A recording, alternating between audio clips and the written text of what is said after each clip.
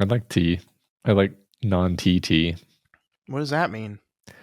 I can't drink tea from the tea tree or the tea leaf. The tea tree is not where tea comes from. It comes from the tea plant. But I can't have the tea plant tea either. What?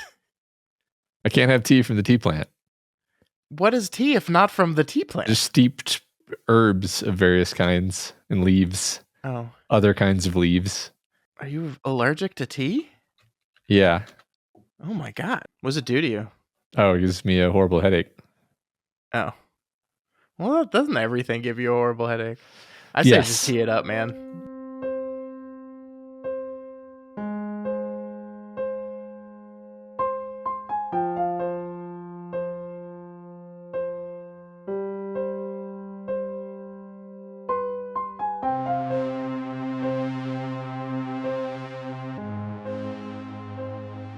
Hello and welcome to Flanagan's Wake, a Doof Media podcast watching, analyzing, and discussing the collective works of Mike Flanagan. My name is Scott Daly, and I am your host. And joining me, as always, Matt Freeman, not sane, joining me from across the desk. How's it going today, Matt? Oh, just hunkering here in the shadow of this hill, steeping in the just years and years of accumulated darkness that I've been exuding here. So, how are you? Well? Yeah. You know, can't complain. This week on the show, we begin our time with The Haunting of Hill House. We're going to be spending, 15 episodes, several months in the world of The Haunting of Hill House. Before we get to Mike Flanagan's 10-episode Netflix series, though, we have to spend some time with Shirley Jackson's novel. We'll be dividing the novel into 3 parts and discussing it all over the next 4 weeks. Today is part 1, covering chapters 1 through 3 of The Haunting of Hill House. Matt, what did you think of your introductory time with Shirley Jackson's The Haunting of Hill House? This is a first read for you, correct? First read for this book. I loved it. I'm loving it so far. I'm really into it. So I'll say, this is one of those occasions where not only have I not read it and I have not watched the Mike Flanagan TV show, I don't really know what this is about. Like, I mean, I know it's a haunted house thing, right? But like, is it? Maybe it is. I don't know. It's so far we're a good chunk of the way into the book, and there hasn't been anything that was like overtly supernatural, and that really has my wheels turning. Sure. But I'm just totally on the hook for this. It's one of those books where I was annoyed that that I had to stop reading it. So really into it so far. How are you enjoying it? Yeah. I mean, it's been a long time since I read this book. I believe, oddly enough, I watched the 1999 adaptation of this book called The Haunting, starring Owen Wilson, Liam Neeson, and Catherine Zeta-Jones. And I'm forgetting the name of the actress who plays Eleanor, which is embarrassing. Because I actually like her a lot. The movie, though, is terrible. And me being me, for whatever strange reason, I watched this awful movie that I didn't think was very good. And then I said, that's based on a book? Oh, I'll go read that. And that's what I did. So I read The Haunting of Hill House. And then I think I read it again after Stephen King spends a pretty huge chunk of time talking about this book in the nonfiction novel, the nonfiction book he wrote in the 70s, called Danse Macabre. It was basically him kind of dissecting all the horror literature and film of the 20th century up until that point. And he really loves this book. He spent a long time in that talking about this book. So after I read that, I went ahead and read this book again. I think that was probably almost 10 years ago by now. So this is, I guess, my third time through this novel. I've always really liked it. I've always wanted to talk about it with someone. I am kind of overwhelmed a little bit, though, because what happened as I was preparing the script for today, I just would pull sections of the book because I was like, this is pretty. and then as I always try to do when I say to myself, when I take the time to pull a section of the book, I go, okay, Scott, what would you like to say about this part of why are you pulling this? What are we going to, how is this going to be a starter of a conversation? And my response was, it's pretty. Yeah. That's a problem for future Scott. Yeah. And so, I mean, I think this is a beautifully written book, but I don't want our conversation to just center around, hey, isn't this just great writing? I mean, it is certainly, but like, it's just very, very evocative, just fun to read. Like, just like there are multiple times throughout these three chapters where I just had to stop and be like, damn, that was real, just a fucking baller sentence there, Shirley Jackson. That was really good. And so, yeah, I mean, I'm really loving this book, and I'm kind of very interested to see how this conversation goes. Me too. I think we will spend quite a bit of time talking about how beautiful the writing is, because that's the thing that you notice. Yeah. But lots of other stuff to get into too. Sure. Yeah, definitely. Before we get into it, though, I did want to just do a quick announcement. We asked a few weeks ago, we kind of put a word out for some video editors, and I just wanted to let everyone know we did find our video editor. I owe some people some follow-up emails, but we got a lot of people coming in and offering their services. We thank everyone who took the time to do that. We were able to find someone. Jason Russell will now be our video editor. I think actually his first episode, if you folks watching on YouTube, you already saw, because he edited the Gerald's Game episode for us. So if you thought that was way better than our previous output, there's a reason for that. I think Jason did an excellent job, and he had to turn that one around pretty quick for us because we were a little bit behind in our recording schedule. So if you haven't checked out the YouTube, the video version of this podcast yet, I think this is the best possible time, because we've got a professional who actually knows what he's doing, taking passes at our editing. And I think it's going to make the show better to watch overall. So yeah, make sure you head on over to the Doof Media YouTube page and check out Flanagan's Wake over there. I think in particular the Gerald's Game episode, which no one has heard at the time of this recording, but I was pretty happy with not only the episode we put together, but what Jason put together in the edit as well. So thanks to him, and we're excited about the future of video. Hello, camera. I'm looking right at you. All right, Matt, let's get into it. Before we talk about The Haunting of Hill House, I wanted to briefly touch on Shirley Jackson. And like, I sat down, I was like, all right, let's just talk about Shirley Jackson. I was like, how do I do that? Shirley Jackson, I think it's not superfluous. It's not wrong to say she's like one of the most important writers of the 20th century, right? Like, I think definitely, maybe not as much as a novel writer, but definitely like short stories. Like, I think almost everyone on this planet has read at least one Shirley Jackson short story, right? Right, audience? Please tell me. I think the one everyone knows is The Lottery. And I think we read that in school. Did you read that in school? Yeah, I had to read that one in school. That was one of the assigned reading. Other than that, though, I don't think I read anything of hers until quite a long time later in life, when we read one of her books for our book club. Yeah, which is also on it's on the Doofcast feed, obviously. Yeah. We read We Have Always Lived in the Castle, which was her final novel. She wrote 6 books, by the way. I mean, yes, she's I think most well known for her short stories. She wrote so many short stories, but she wrote 6 novels: The Road Through the Wall, Hangsman, The Bird's Next, The Sundial, the book, of course, we're here to talk about today, The Haunting of Hill House, and her final novel, We Have Always Lived in the Castle. I've only read those last 2, right? I've, of course, read The Lottery. I think I read the collection that The Lottery was in because The Lottery was so popular. They packaged it with some of our other short stories and published that. I think I read that, and then I've read these 2 novels. So I really do want to go back one day and read the other 4 Shirley Jackson novels. But these 2, I mean, I just really love both of them in every way. I don't, how long ago was it that we read We Have Always Lived in the Castle? I feel like it was at least a couple of years, and I still think about that book often. Yeah, right. I mean, it's a very upsetting book. The same is true of The Lottery, though. True.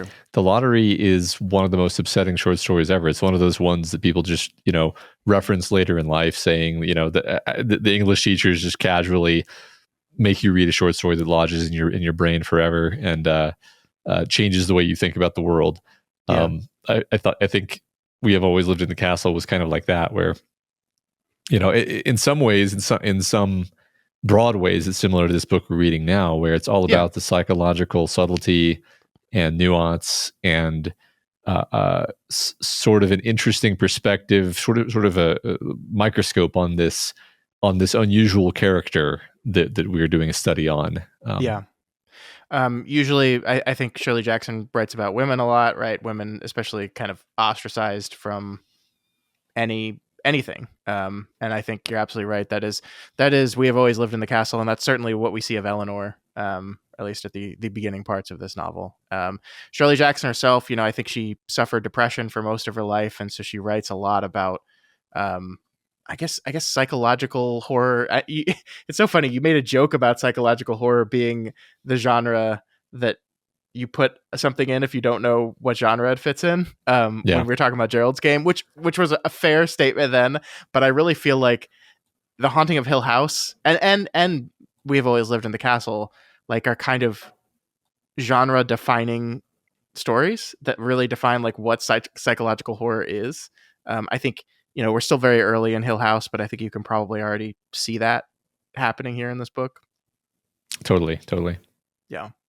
So The Haunting of Hill House itself was published in 1959. It was a National Book Award finalist, and it's one of those books that, like, I mean, obviously Shirley Jackson, like, didn't invent the concept of a Gothic novel, right? She didn't invent ghost stories. She didn't even invent haunted house stories. Those existed before this novel came out as well. And yet The Haunting of Hill House has kind of become a definitive text in all three of those things. Like, it is, some say, the most definitive haunted house story ever, and kind of the model on which all haunted house stories will be built going forward, which is so fun and so great. And it's so, like, I think as we're reading these first three chapters, you can kind of see that. But also, the weird thing about this book is that it's extremely interested in character. It's extremely interested in psychological horror, the inner workings of these people, especially Eleanor, to the point where,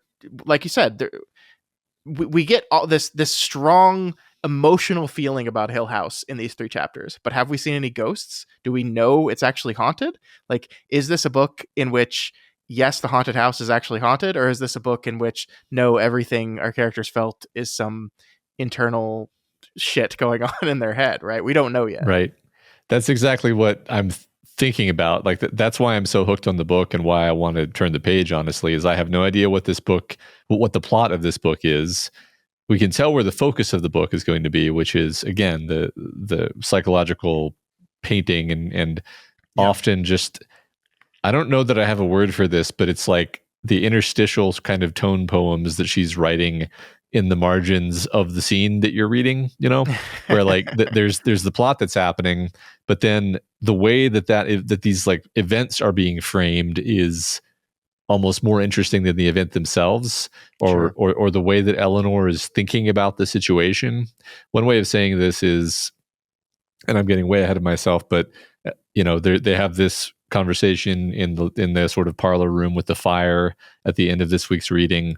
And I feel like that scene reads totally differently if it's written from Theodora's perspective versus Eleanor's perspective, because so much of Eleanor's perspective exudes into the prose and the way she's perceiving things. And that's, it's one of those super close third persons where everything that's happening is borderline unreliable narrator stuff, where everything is distorted by the lens of the character, which I love.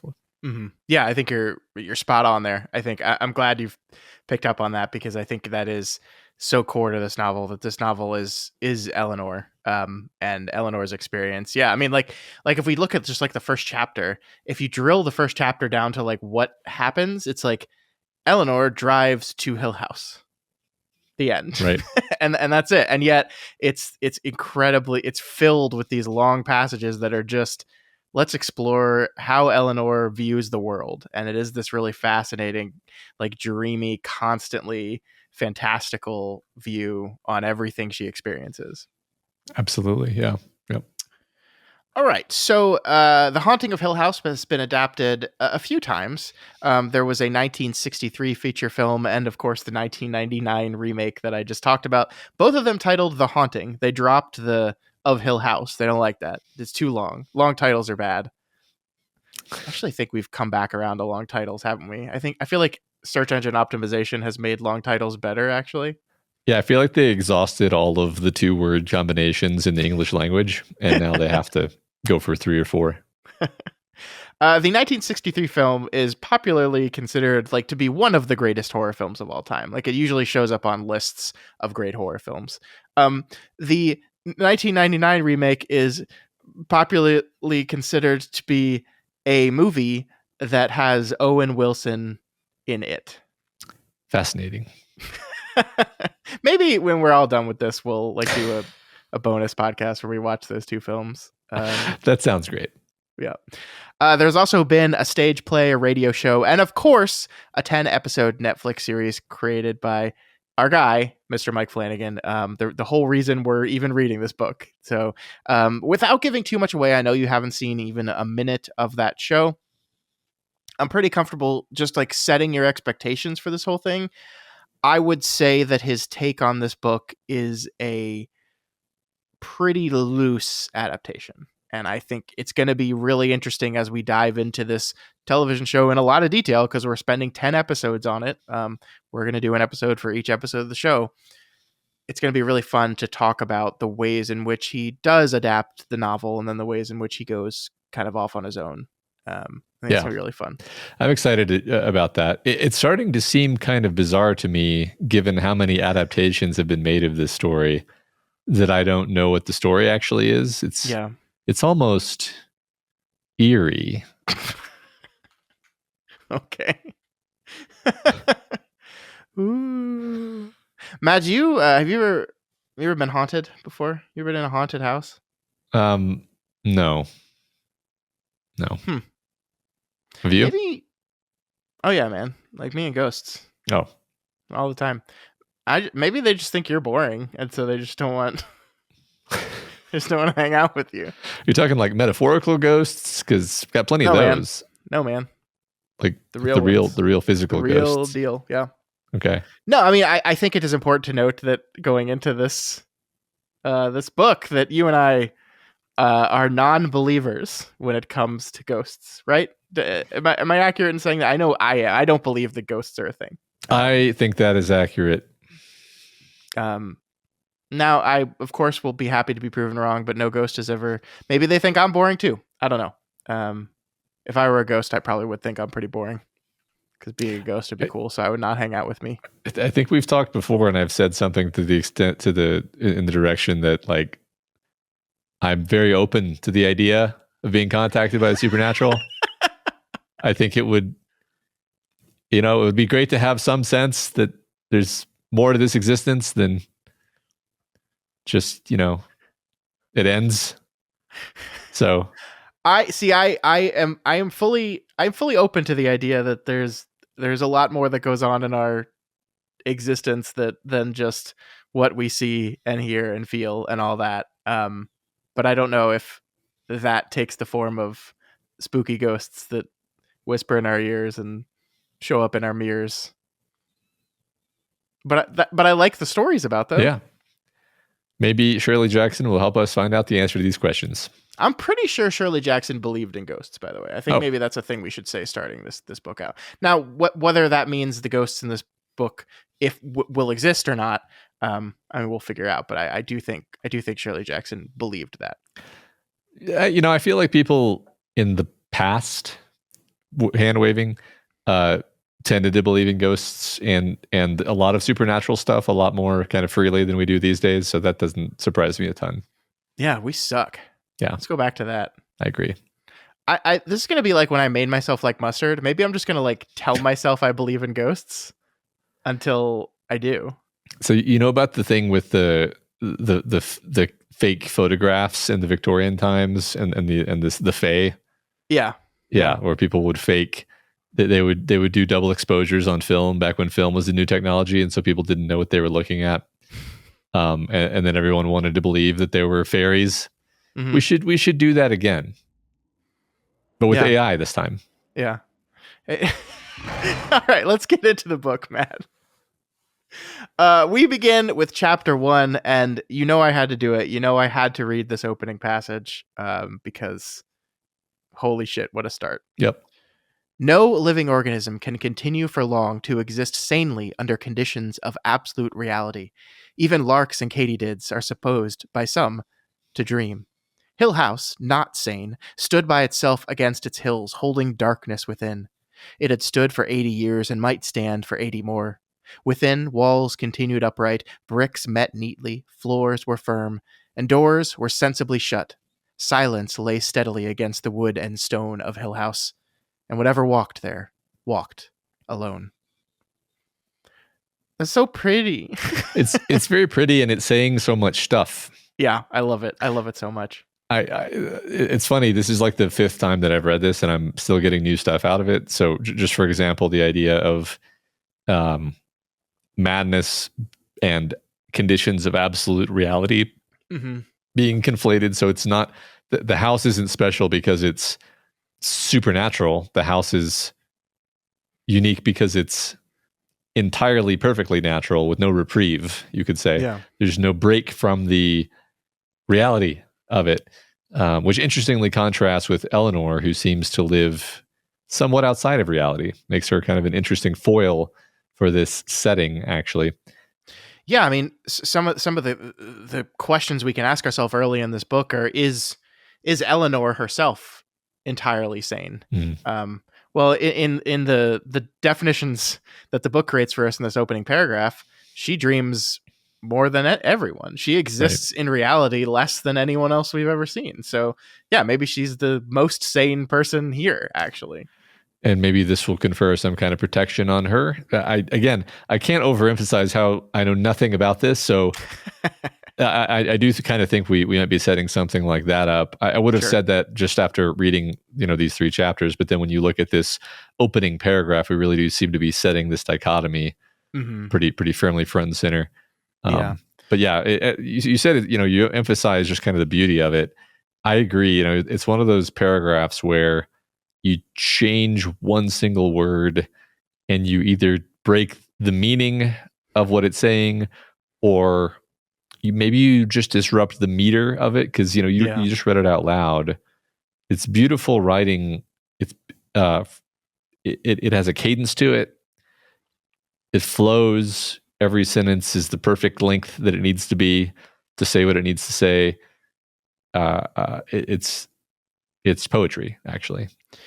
Yeah, I mean, and purely anecdotally, like, I found that I've spent the past 10 years almost like reading small passages of a book to you as we discuss them, and one of the things I've begun to notice is the really, really well written stuff is really easy to read. That I don't trip over my words very much, which is not to say like everything I've ever tripped over my words is like a badly written thing, but just like that I can read it without like having rehearsed it, and just like know where to pause, know where to emphasize, like that it's just the structure of the sentences kind of reveal themselves to you as you read them. And I feel like that's just true of this opening paragraph.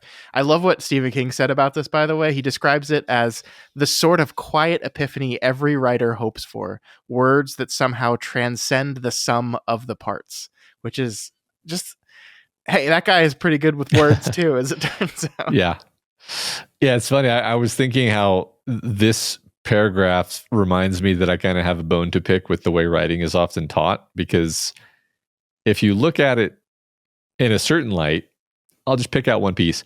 Silence lay steadily against the wood and stone of Hill House, and whatever walked there walked alone.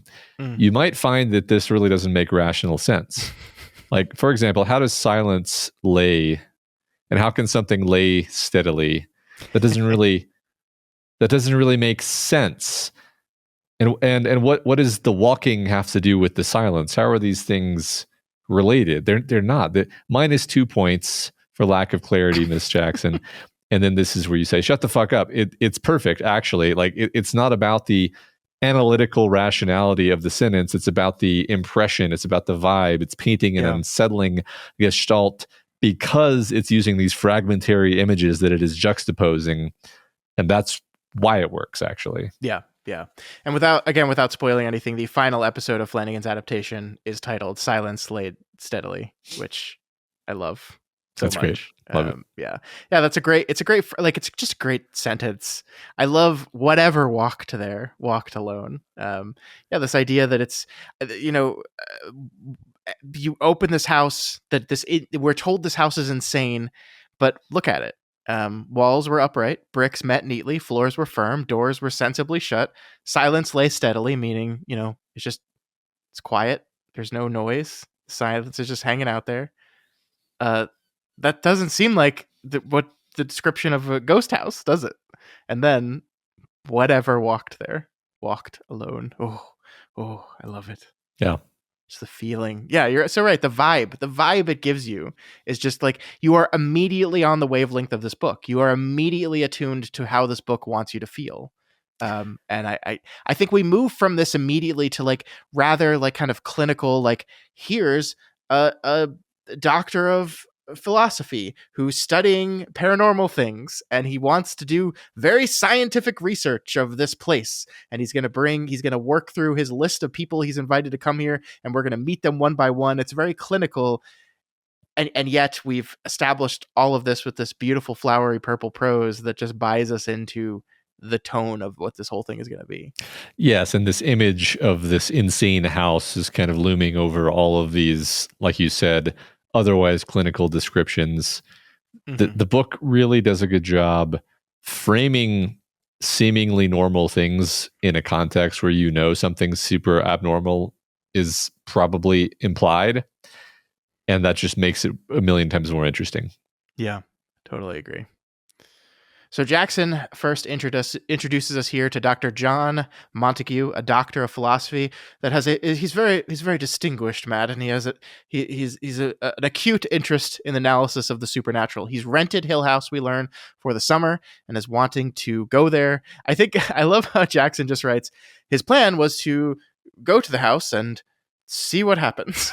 And that's his very scientific plan. Just gonna go there and see what happens. He wants some assistance to perform his scientific study of the phenomenon of this supposedly haunted house, but he's having trouble finding people, though. And I love at the beginning here, Jackson writes this comparing Montague's time with some Victorian ghost researchers. It says, perhaps the leisurely ways of the Victorian life lent themselves more agreeably to the devices of psychic investigation. Or perhaps the painstaking documentation of phenomenon has largely gone out as a means of determining actuality. At any rate, Dr. Montague had not only to engage assistants, but to search for them. Like, he couldn't find any volunteers. Yeah. It's like, and yet we write that in this beautiful way that you kind of feel. I don't know, what was your reaction to this paragraph? Well, I think one thing it accomplishes is that, it ties us to this Victorian Gothic framing. That you mentioned a minute ago, this novel's published in 1959. The characters very much read to us as moderns. They talk the way we talk, right? It was 60 years ago, but they basically talk the way we talk. Their lives Sure.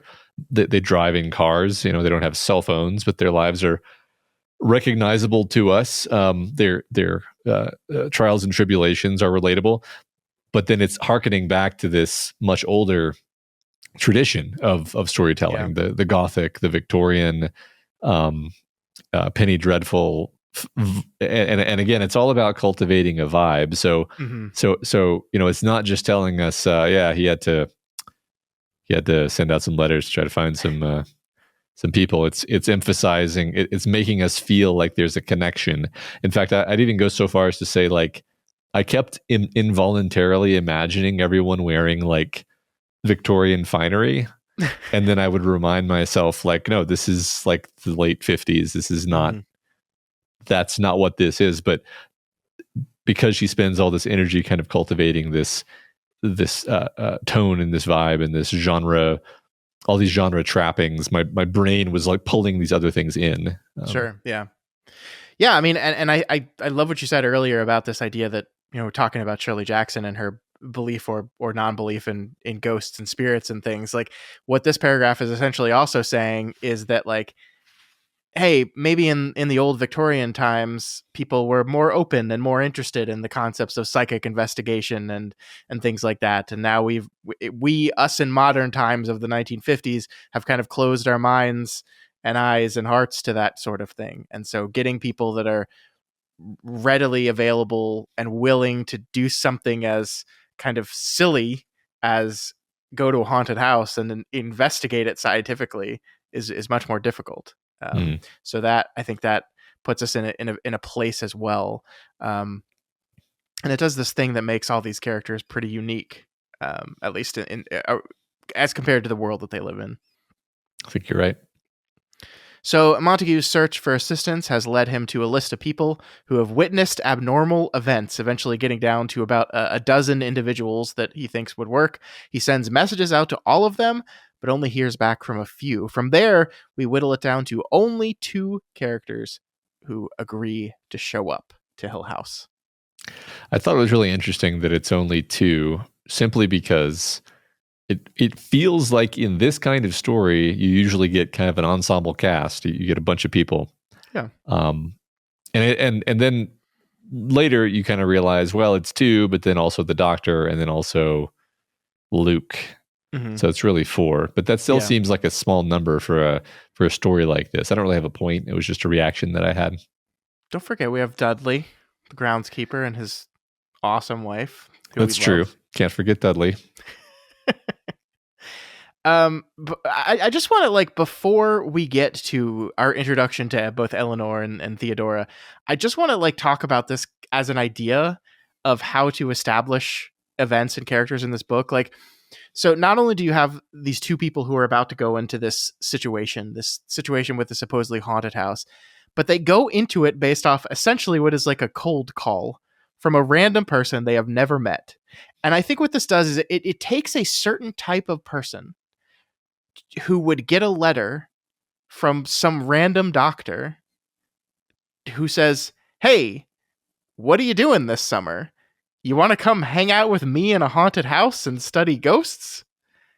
And, like, or just put yourself in that position, right? Where you get a call from a number you don't recognize and you actually pick it up for some reason. And you hear from a doctor who's like, hey, you were on a list of people who weird shit have happened to. Would you like to come see if more weird shit happens to you?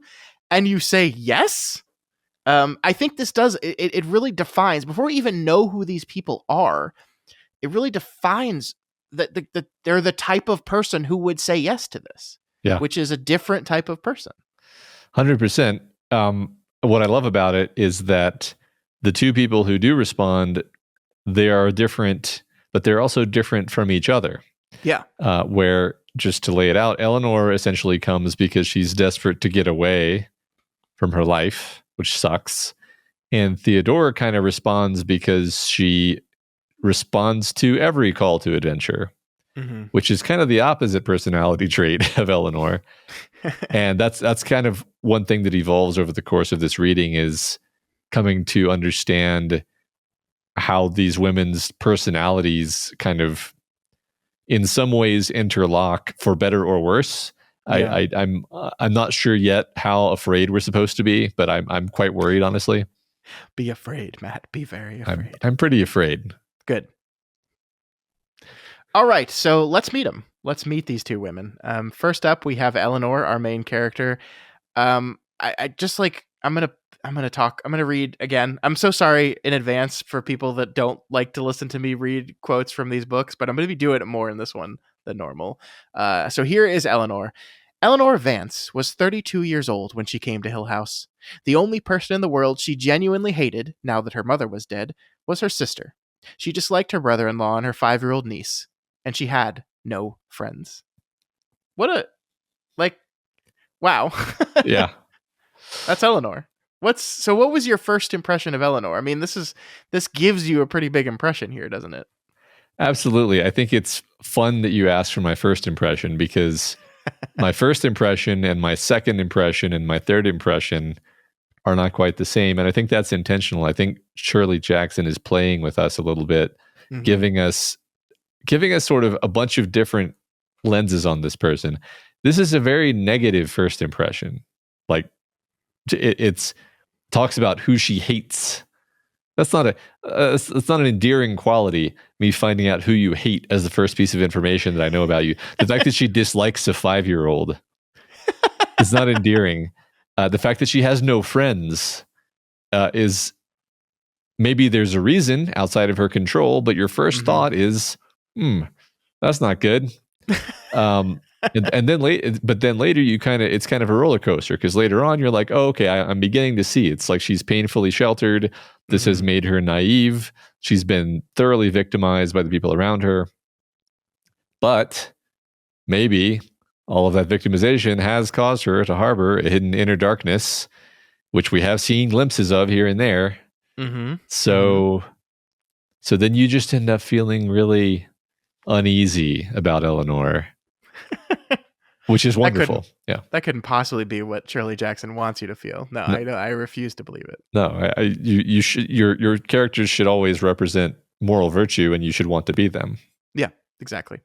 I do like it. It does speak to me that, as you said, this is very close third person. So the idea that like she seems very concerned about drawing a line between people she just merely dislikes versus people she hates. Like that's like a very specific thing of, no, I don't, it's not that I hate my brother-in-law. I just dislike him. I hate my sister.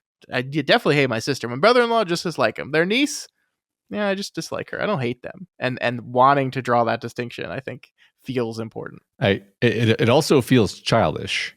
And I say this as someone with children, like having your like enemies list, and then like people in the classroom, and then friends, and then best friends, and being very clear about the distinction between who's on these lists. Very very child behavior. Which she has kind of a childish mentality. Like I said, we learned that Eleanor has like basically spent the last 11 years of her life taking care of her mother and doing nothing else. She's 32, so that's 21, right? That's basically her entire adult life has been spent taking care of her mother, doing nothing but taking care of her mother, who has passed away 6 months ago, I believe they say. And Eleanor's psychic event, the reason she was on Dr. Montague's list, was that when she was a child, it just started randomly raining stones on her house one day, and nobody knew why. Hey, wait, didn't that happen to Carrie White? Holy shit. Stephen King, you thief. No, I mean, I love that. I mean, this is, you said this is a book with no specific paranormal events that happen in the pages of the book. And while that is very true, this stands out as something, if it did happen exactly the way it's described here, which it seems, at least on some level, it did, because I think Eleanor harbors some trauma about this thing. That's pretty out there, right? It's not often that rocks just fall from the sky. It's true, but at the same time, that strikes me as one of those classic like supernatural events that later turns out to have a boring explanation. Type of things, right? It's not like she is Carrie White and gratuitously killed her entire high school class or something.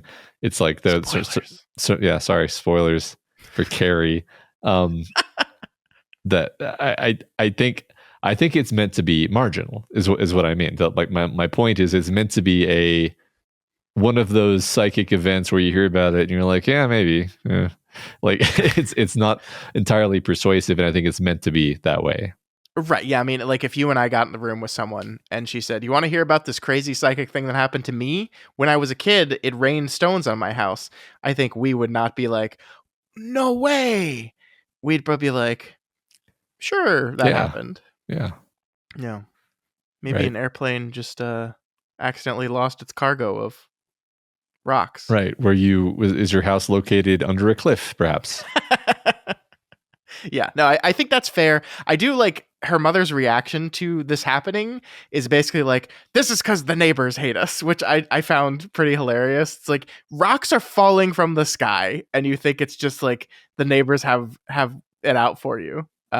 Again, I think that really demonstrates, we don't really get to know much about Eleanor's mother, but that like really demonstrates the type of person she was and what it would have been like to spend, the majority of your life taking care of her. Yes, I think that it might have warped her to live with this incredibly suspicious and terrible person. Yeah. So why does Eleanor accept this invite, though? Well, the book says Eleanor, in short, would have gone anywhere. It basically says she's been waiting for Hill House or something like Hill House forever. She's like been perpetually waiting for a reason, an excuse, something to go to do. And so this invite comes, and she's like, "Yeah, of course I would." And this carries the tragic implication that nobody has ever really invited her to go anywhere or do anything. Yeah. I love like a little bit later when Theodora learns what happened to her. She's like, "And then you went on like a cruise?" She's like, "No, there was really not that much money. No, just kind of didn't do anything." And then of course she just makes up some stuff as well. We'll get to that. But yeah. Yep. All right, let's meet Theo, Matt. All right. Theodora. That was as much name as she used. Her sketches were signed Theo, and on her apartment's door and the window of her shop and her telephone listing and her pale stationery and the bottom of the lovely photograph of her which stood on the mantel, the name was always only Theodora. Theodora was not at all like Eleanor. Duty and conscience were for Theodora attributes which belonged properly to Girl Scouts. Theodora's world was one of delight and soft colors. So I have this really weird thing that happens with Theo in my brain, Matt, where I really, really don't like her. Uh-huh. And that's only at first. And I've kind of tried to psychoanalyze myself on why this could possibly be, and I've decided it's because it's a couple reasons. First, her character in that terrible 1999 remake we've talked about is played by Catherine Zeta-Jones, who is objectively one of the most beautiful women on the planet. But she's doing something very specific with this character, which I think is in line with what the book says. But she's doing this bohemian, floaty, devil may care thing that, like, those types of people just kind of tend to drive me crazy. And I think the reason why it drives me crazy even more is my second point, which is like, in the movie High Fidelity, which is a movie I really, really enjoy, she plays one of the ex-girlfriends, and just like, and it's a very similar role to this movie, so or to the movie version of this book. So like, I think I just mix them up in my head, and like in that movie, she's like supposed to be super annoying and fake and awful, and I just hate her so much in that movie. Well, and so like I've just got it all twisted up in my head. So like I'm not saying that I always feel this way about Theo, and I feel this way about Theo by the end of the novel, but it's just like reading this again brought all that stuff back to me immediately. Just this paragraph right here, like there's so much annoying shit in here. There's a roller coaster with her too. So first of all, I don't think you're just being neurolinguistically programmed by Catherine Zeta-Jones, though I acknowledge that should always be a hypothesis kept near the top of the pile. Yeah, I can't tell you how much her presence in Zorro affected my entire life forever. Samesies. I think that this is a contrast to Eleanor. Eleanor is this painfully earnest ingenue, and Theodora is worldly and devil may care, like you said, kind of vain and self-centered, comes off as careless. Mm-hmm. I think, interestingly, a lot of this impression is reversed during her first interaction with Eleanor, where she seems very kind of sweet, big sisterly, magnanimous, kind even. And then maybe re-reversed again somewhat at the end of this week's reading, when we kind of start to see her get petulant. And then you begin to maybe see the dark dynamic that is going to emerge between some of these characters, or just the leading edge of it, perhaps. But basically, in both of these characters, there's ups and downs as we get to know them, and I think that's pretty awesome. Yeah, I agree. I mean, it makes you kind of bought into them because you don't fully feel like you've got them figured out, and you're curious about who they really are and what is going on under the surface and all this. Yeah, I agree. Despite not liking her at all at this point, I agree. Theo, we learned, was on the doctor's list because she seems to have some sort of psychic ability, having been able to correctly identify a statistically improbable number of cards in a lab experiment. That's another thing where I think if this was real life and not a novel, I would probably be just like, yeah, okay. Yeah. Um, Was Bill Murray in the room with you at the time? yeah. Theo decides to come to Hill House after a passionate, violent fight with her friend and roommate. Gotcha. Yeah. Okay. I think the reason I'm bringing this up now is because I think between the way the fight with her and her female roommate is described in this part, and then also later in chapter 3 when Eleanor asks her if she's married, Theodora's reaction to that, she's queer, right? Like I just think the book is being fairly transparent about that, but maybe I'm wrong. So I'm gonna confess that I didn't pick that up, but as soon as you pointed out, I'm like, yeah, this is the 1950s version of that. Mm-hmm. Yeah, I mean, she's talking about how, like, she says, we moved into this place and we fixed it up. We. And then when Eleanor goes, "Oh, are you married?" She goes, there's a long pause, and then she goes, "No." It's just like, yeah, I, to be entirely honest with you, I don't remember if the book after these 3 chapters makes this more transparently obvious. Like, I think you're writing a book in 1959. I don't think you can just say, "And this girl's a lesbian." Like, you just can't do, like, in the same way that she can't say that to anyone in the context of the book. I don't think the book would be allowed to say that in the book itself. Or risk never being published, or yada yada yada. But no, I do think that's one thing. I think we can look at it with our 21st century brains, and I just think that's what's going on with this character. Yeah, I think you're right, and I think it's probably better if we read it in that light.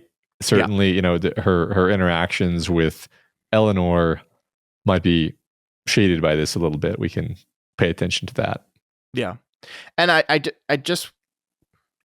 don't want. It's not why I hate her. Like, this is why I'm so very self-conscious about this idea that this character drives me crazy when we first meet her, because it's like, I don't want it. Like, I also fully acknowledge that she's a queer character in the story, and that's not why I don't like her. It's just everything else about her. Yeah, it's her personality. Yeah, yeah. And then, Matt, we meet the last member of our Hill House party, Luke, who is the nephew of the current owners of Hill House and in line to assume ownership of the house itself one day. And our first sentence about Luke is a pretty straightforward one. Luke Sanderson was a liar. He was also a thief. So there we go, Matt. And because Luke is not handpicked by the Doctor, he has no supernatural inclination that we know about, but still he's here. He is a liar and a thief. He cheats at cards, and he steals from his aunt. Yeah, we don't know. I feel like we know by far the least about this guy. Yet it's very tantalizing. It's interesting because the way he behaves is like totally charming and likable the whole time, consistently, right? Yeah. In fact, I forgot that he was introduced as a liar and a rogue and a thief, because he's so charming. You can't hate the guy. Yeah. But isn't that interesting that this is the way we've chosen to do it, right? Because, yeah, I mean, you might have forgotten that, but I don't think Shirley Jackson wants you to forget that. Like, I think, like, if you think there's another version of this book where we don't have a paragraph about Luke, where we have our Eleanor paragraph introducing that character, we have our Theo paragraph. I mean, arguably, there's another version of this book where we don't introduce Theodora either. Like, it is interesting to me. We have these 3 characters. They're all heading towards Hill House, but we're, for the most part, in this is really the only part of the book that we're not in this close third person perspective with Eleanor. We're kind of like setting the groundwork. We're setting the table here, and then we're going to zoom in with Eleanor and basically hang out with her and nothing but her for the rest of these 3 chapters.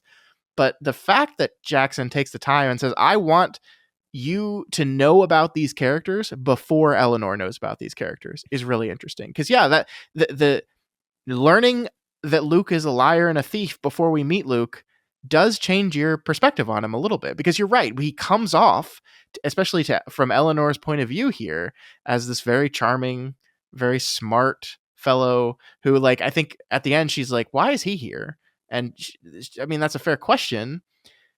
But Yeah, we have this stuff that we know about him that she doesn't know. Yeah. So I think from a writing problem solving point of view, it makes a ton of sense because we're doing this super close third person thing where if the whole book were like that, if the whole book were we're just right inside Eleanor's brain, then it would be really hard to understand what the hell is happening. So we need to kind of switch between nearly omniscient sort of descriptive writing about the characters where we're like, here's this guy. He's a piece of shit. Okay, you're going to see him in a minute from Eleanor's point of view. He's not going to seem like a piece of shit, but you need to know that, or else nothing's going to make sense. Yeah. I think it's just about clarity, and I get it. I like it. Yeah, totally. So after setting that table, we move right in with Eleanor, who is our protagonist, as she negotiates borrowing the car that she half owns to make the drive to Hill House. Her family, which she hates, says no, but Eleanor says, fuck all y'all, and she takes her own car.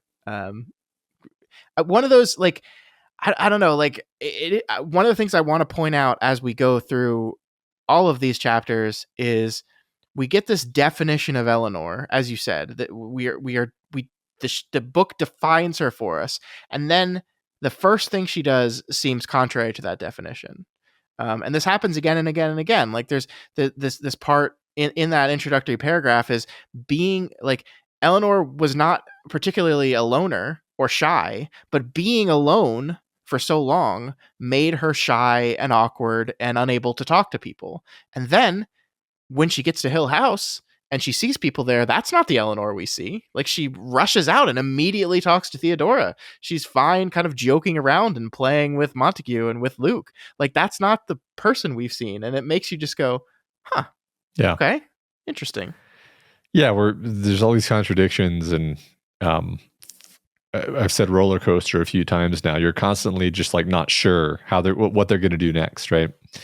Mm-hmm. The thing about stealing the car is really interesting because we're basically on Eleanor's side, I would say, or we're meant to be sort of in her head, so we're sort of on her side. Protagonist goggles effect, as we've commented before. So partly because of the fact that you're on her side, when she steals the car, you're like, fuck yeah, Eleanor, you fly free as a bird. Eleanor, take the car. It's your car. You deserve it. They've been keeping you down all your life and it's unfair. But then like you kind of step back for a second and you're like, she stole the car? She stole a car that she co-owned with someone else and she just stole it? Like just objectively, this is questionable. This is unstable behavior. Yeah, I mean, it's a very interestingly constructed scene because on the one hand, the way everyone's talking around Eleanor, not to her. Like I love the repeated beat of her brother-in-law who says, I really don't think she should take the car. He's just talking to his wife. He's not even talking to Eleanor. And it just seems like everyone's being so dismissive and rude to her, which immediately wins you to her side. But like, it is objectively true that like, if there's an emergency, now they don't have a car. Like, I don't like these people very much at all. I don't think we're supposed to like these people, but they have a sort of point.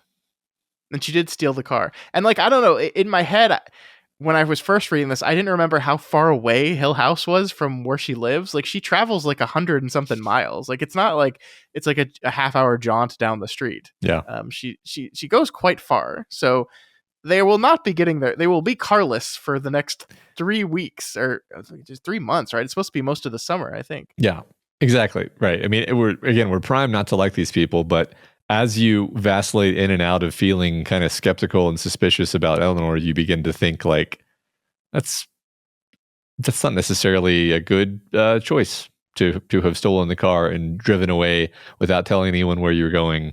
Yeah, none of her family knows where she's going either. That's and she in her mind that's like, oh good, now they can't come get me, but also now they can't come get you. Right. No one knows where you are. Exactly. Yeah. So Eleanor takes a cab to where the car is parked and is so much caught up in her own world that she crashes into an old lady carrying some groceries. Some of these groceries are just ruined. She tries to apologize and offers to pay for them, but the old woman refuses the money, saying she didn't buy these things. They were just kind of given to her, and so it wouldn't be fair for her to give money in kind. In the end, she agrees to let Eleanor pay for her cab fare so she doesn't have to walk home. And I mean, I'm really fascinated by this whole interaction, Matt, because this part at the end really got me. All right, sweetheart, the taxi driver said. Where do we go? The little lady chuckled. I'll tell you after we start. It just feels like this woman's taking advantage of Eleanor, and I don't even know in what way.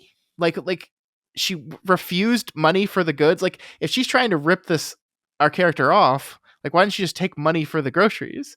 Instead, she takes money for this cab fare. I don't get it, but I can't Oh, help but feel like she's taking advantage of her. yeah. I mean, I think she makes her as being a naive sap pretty Yeah, much immediately, and sure, then yeah. is just kind of figuring out how she's gonna go, con her, which is pretty interesting because But Eleanor what's is the not. con? Is it just like I actually live really close to my house and I'm going to pocket this $2? Because didn't she give it right to the cabbie? I don't understand the con. I don't either, but it could be just as simple as like drive to the end of this block and then give me the money and let me out. Okay. But then you say, well, why didn't she just take the money for the food? Hmm. And I don't really know. I mean, it definitely just the sort of subtext of how she's like changing her story suddenly and then chuckling to herself Yeah, suspiciously. yeah, It really yeah. makes you feel like there's something really sinister happening here. And I almost wonder if it doesn't work slightly better on us, the reader, that we don't clearly see what the con is, because it leaves you with this uncomfortable vibe that something bad just happened, but you can't put your finger on what, Hmm. which is, No, I like that. yeah.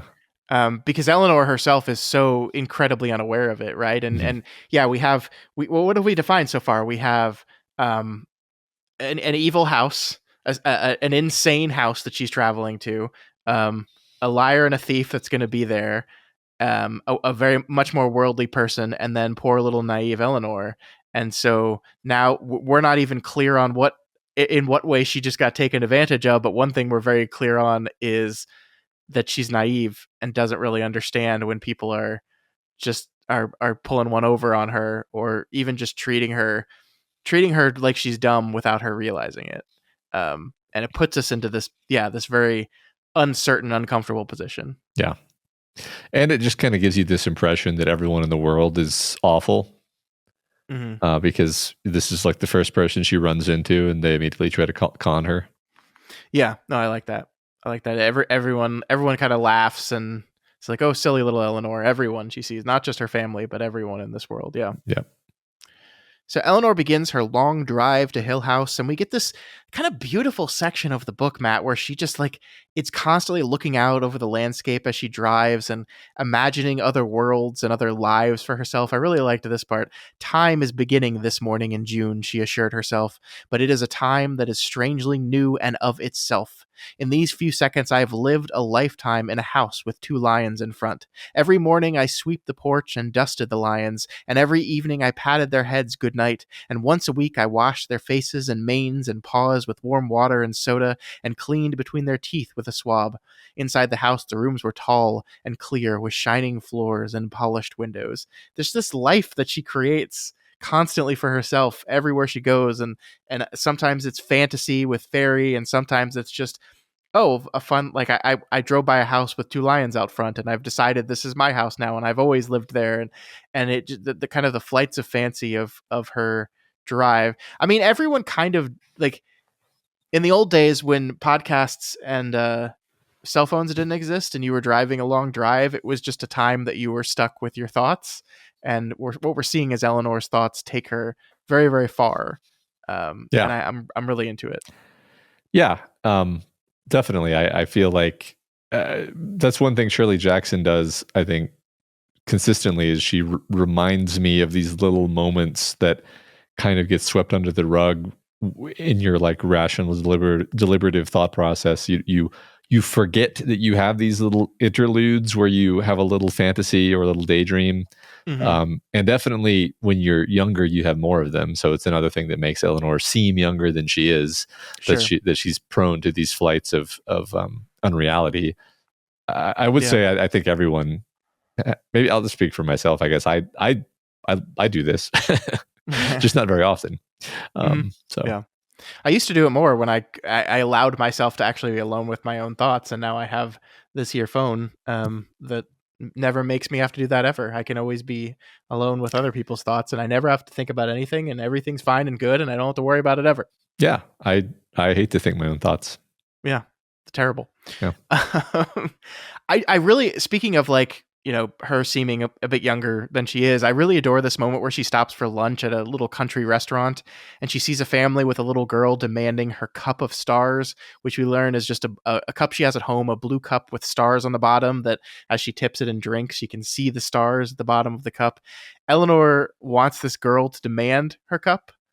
She wants the girl to hold firm, say, insist on your cup of stars. Once they have trapped you into being like everyone else, you will never see your cup of stars again. Don't do it. And is thrilled when the girl insists on her cup and refuses to drink out of anything else.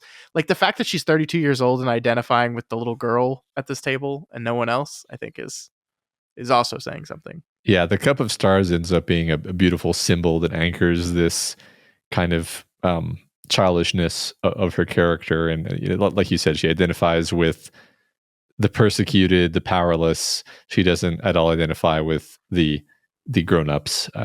Just very clear. As a parent, I really felt for the parents who were just like, just fucking drink your milk. You don't need your cup of stars. We get your cup of stars at home. You will get it at home. Just drink the milk. They should have brought the cup of stars with them. What were they thinking? It's probably like it's not like a plastic. It's 1959. It's probably like a porcelain cup that could crack and break, and they most certainly will drop on the floor. So they want to bring it in the car on their trip. I have a 4-year-old. Okay, yeah. I'm very in tune with what this is like. No, I'm just like, wow, this is one of those moments when it really becomes salient that your kids are younger than mine, and yeah, that's you're right. You're right. The cup of stars is in the dishwasher. Okay. Yeah, I get it. Yeah. Yep. I think also we'll just mention here, like later with Theo, we will see that Eleanor takes this blue cup and makes it her own, right? She decides that this was, you know, I used to have a couple stars, a blue cup with stars in it. And I wish I had my cup back, which is a lie. It's a lie. It's a lie. That's what's funny is it's simultaneously like kind of sweet and earnest and emphasizes her childlike innocence, but also it's a lie. She's a big old liar, and that's bad. Yeah, definitely. So eventually Eleanor makes it to Hillsdale, the town in which Hill House resides. The doctor, Matt, has warned them not to stop in the town and ask for directions, because people don't like Hill House very much in that town. If you ask them for directions, they'll be all spooky and horror movie-y, not like you. Eleanor decides to stop anyway. She decides that this is not technically breaking the rule because she's not going to ask for directions. She's memorized the directions. She just wants to drink a nice cup of coffee. She's enjoying her adventure, and she doesn't want it to end quite yet. And so she stops in at the only place in the small town she can get a coffee and talks up the young woman working at the cafe. I actually like, the question I had for you on this is, what do you make of this conversation, especially the part between the young girl and the old man and their private joke to each other? But now, after our talk about the old woman and whatever the hell was going on there, I kind of think this is part and parcel of the same thing, where there's just like this stuff going on around Eleanor that she doesn't understand, and Shirley Jackson has kind of brilliantly made us not understand it either. Like, what is this private joke between these two people? We have no idea. No idea. It's completely we can't know. Right. And so yeah, it's just another thing of like, this is weird. Exactly, because you're like, did they do something to the coffee? But then you're like, but when would they have done something to the coffee? Yeah. And so you're just like, I don't know. I just know that this is really uncomfortable, and like her lack of reaction to it, if anything, is more uncomfortable, because you're like, is she not perceiving that people around her are being so weird, or is she perceiving it and just so used to it that she just disregards it? It's all very awkward and unpleasant. Yeah. The one thing we definitely do get from these two, though, is the man is like, nobody comes to this place. People only leave it. And when she asks the girl, how come you haven't left it? She's like, and go where? So these are people that are just kind of trapped, in a much a similar way that she was trapped. So the irony of her seeking freedom in a place that everyone else feels is a trap, I think is pretty good. Right. So Eleanor heads to the house, finally, and she stopped at the front gate, which is locked and guarded by Dudley, the caretaker, who at first Matt refuses to let her in and fills her with ominous messages about how she'll be sorry if he ever unlocks it and yada, yada, yada. And we don't know. We don't know any of this. Yeah. It's too bad that she didn't read more horror novels to understand what's happening here. It is like so many. I'm thinking of Cabin in the Woods again, but like which is just handling horror tropes, right? Like by design handling horror tropes. And there's so many things of like the creepy dude on the edge of town that says, "Don't go to the haunted house." Right. And then you do anyway. It's like a perfect trope. And was this the origin of that trope? Possibly. If not, it's just a perfect use of it. Yeah. Yeah. I do love like the tone management of this though, Matt. Like, we talked about at the very beginning of all this thing, we get this house defined as this insane house. We don't know why it's insane or how it's insane. It's just this bad house. It's a bad house. And then we zoom in with our character, and her day is filled with her, for the first time in her life, seeking freedom. Bucking the people that have kept her down, stealing the car, hitting the open road, experiencing life, wind in her hair. She's going towards this new hopeful future. And then we get to Hillsdale, and it's like, oh, yeah, these people don't seem happy. This place is kind of a dump. The townspeople are weird. The groundskeeper is warning her. There's big iron gate chains on the gate. They tell her they don't stay after dark. They definitely get the hell out of this house after dark. And it's like, oh, yeah. We were supposed to feel good about this, and now we're suddenly not. Yeah, it's suddenly, it strikes me that like this was maybe a terrible decision. She's desperately escaping from a bad situation by grasping at the first out offer to her, right? And then you begin to realize like, oh, this is actually terrible, and it makes it amplifies how bad this is because she doesn't have any other options. Yeah. Like that's what makes it a clever decision to have it be like it's not like this is a lark for her. This is her out, but then you begin to realize this is out of the frying pan and into the fire. Yeah. Yeah. No, good point. Yeah. All of this culminates, this feeling culminates as she drives towards the house, still inventing romantic adventures in her mind, and then she sees it. The house was vile, she shivered and thought, the words coming freely in her mind. Hill House is vile. It is diseased. Get away from here at once. It's a banger end to a chapter, let me tell you. Yeah. So we're going to talk about this a bit as we get into the house, but it's so interesting how it's consistently interesting to me how we never really understand concretely what is so vile about the house. Mm-hmm.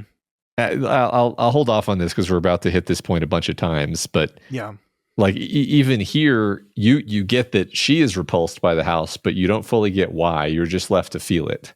Yeah, and then as we move into chapter 2, it begins with maybe an attempt to explain exactly in what way is Hill House so vile, and I think I see your point already here as you're about to make it, but I'll just read a little bit of this. No human eye can isolate the unhappy coincidence of a line and a place which suggests evil in the face of a house, and yet somehow a maniac juxtaposition, a badly turned angle, some chance meeting of roof and sky turned Hill House into a place of despair, more frightening because the face of Hill House seemed awake with a watchfulness from the blank windows and a touch of glee in the eyebrow of a cornice. Almost any house caught unexpectedly or at an odd angle can turn a deeply humorous look on a watching person. Even a mischievous little chimney or a dormer like a dimple can catch up the beholded with a sense of fellowship. But a house arrogant and hating, never off guard, can only be evil. This house, which seems somehow to have formed itself, flying together into its own powerful pattern under the hands of its builders, fitting itself into its own construction of lines and angles, reared its great head back against the sky without concession to humanity. It was a house without kindness, never meant to be lived in, not a fit place for people or for love or for hope. Exorcism cannot alter the countenance of a house. Hill House would stay as it was until it was destroyed. So beautiful, beautiful language, which says nothing about what the fucking house looks like. Yeah. Right. I love this idea that like next time I go on a walk, I'm gonna like be looking suspiciously at all the houses, looking for these lifted eyebrows and these staring blank windows, because I mean part of it is that house design is very different nowadays, right? There used to be a lot more symmetry where you could really say that a house had a face, whereas I honestly don't think houses quite look like that anymore, mostly. But setting that aside, yeah, like she even kind of admits my point here in the first sentence. No human eye can isolate. Basically saying you can't really say exactly what it was. It was just the whole impression of the house. Yeah. It was everything that was off. Yeah. Yeah. It just emits this feeling of wrongness, of vileness, of disgust, of evil. Yeah. Which is great because like it's almost as if Jackson's saying like you just gotta feel it. There's no sense of it. I can't tell you like, oh yeah, there's creepy gargoyles or even like, I think until she gets to the blue room itself that she's staying in, we don't even see any like architecture that is like weird or uncomfortable. Like the opening sentence of this book made it seem like, no, in the house, lines intersect, floors are firm. Like there's nothing like insane about the architecture itself. Yeah. It's just the house. Like a house as a concept is what's insane here. Yeah. And it's the house centrally, right? This is a point that will be emphasized, I think, a bit more when we get into the stories in the third chapter. But it's not that something happened to the house that made the house this way. It's like, no, the house as it was being constructed, it was born evil. Why, how, that is not gone into, and maybe will not be, and I think probably will not be gone into. Yeah. Oh, I love it. Yeah, me too. It's very fun reading this book aloud, by the way. You should try it just hanging out at home. Just read these passages aloud. Sounds fun. Eleanor wants to leave immediately, but she forces herself forward, and as she touches Hill House for the first time, a song that was stuck in her head that we hadn't talked about in the first chapter, finally, what song it was finally occurs to her. And the song comes from Shakespeare. It's a song out of Twelfth Night, Act 2, Scene 3. We don't know for sure if this was just like a popular song of the time that Shakespeare just said, yeah, I like that, I'm going to put that in my play. But it is a song that I've heard parts of this before. Like I think it's just kind of popularly well known in culture.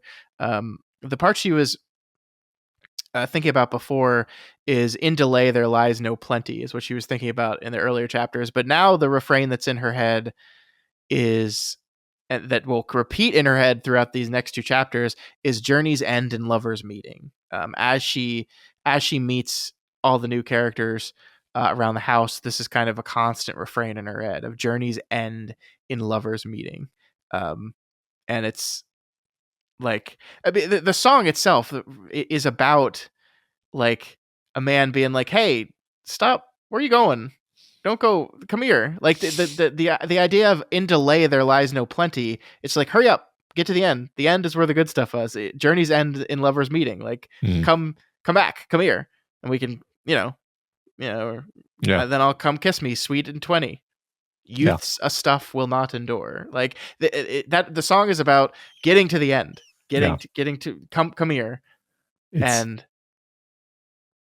her take on it is interesting. Yeah, it's a very impatient song, and it also continually, in context of this story and the way she's using it, it has these foreboding intimations of an ending being approached, which certainly I don't think there's that level of dark connotation in the song on its own, but in context of this story, it becomes a lot darker and more foreboding. Yeah. Yeah. So Eleanor is enshadowed by Hill House as she walks up. I love that. And knocks. She's the first one of the group here and is met by Mrs. Dudley, the groundskeeper's wife. This is my favorite turn of phrase ever. The suspicious sullenness of her face was a match for the malicious petulance of his. Perfect. Yeah, I love both of these characters. They're my favorite. Yeah. Mrs. Dudley leads Eleanor up to the blue room, and the latter continues to be sort of on the edge of terrified as she walks through Hill House. Mrs. Dudley is giving her instructions on her role. She's going to lay dinner out at 6, and then the Dudleys are getting the fuck out of here because we don't stay till the morning. And it's really funny because the first time she gives the speech, it does feel very rehearsed, and then we see literally it is because she gives the exact same speech, like word for word, to Theodora, despite the fact that Theodora and Eleanor are having a conversation in the middle of it. Like, this is a very creepy, foreboding book, but I do think Shirley Jackson has a little bit of fun with it too. Yeah. No, it is kind of funny, but it's also obviously extremely unsettling, especially the fact that she's just giving this speech with no recognition of the fact that these women are just like talking to each other and ignoring her, basically. Mm-hmm. Yeah. And it continues this thread throughout the whole book, really, of everyone being kind of socially weird and off. Yeah.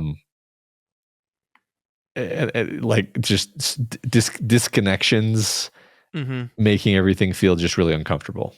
Yeah, I like that. So yeah, she leads her to the blue room, and this is what we talked about before. Like, this is the first room in the house where we actually get some description about how Eleanor just feels like the walls are too long, the ceilings are too high. It's just like the architecture in here like feels wrong in like a House of Leaves-y kind of way. But she brushes it off and unpacks her suitcase, despite strongly feeling that unpacking is kind of an exercise in futility, because I'm not going to stay here. There's no way I'm going to stay here. Like, I want to leave already, and I just got here. There's no way. Yeah.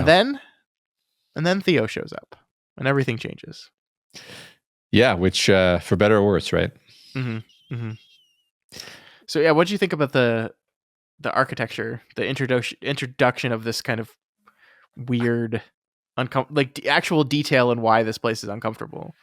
Yeah, I mean, we spend so much attention on the minutia of her walking into the house, walking through the house, coming into this room, and it is made to seem so incredibly upsetting through connotation, because nothing happens.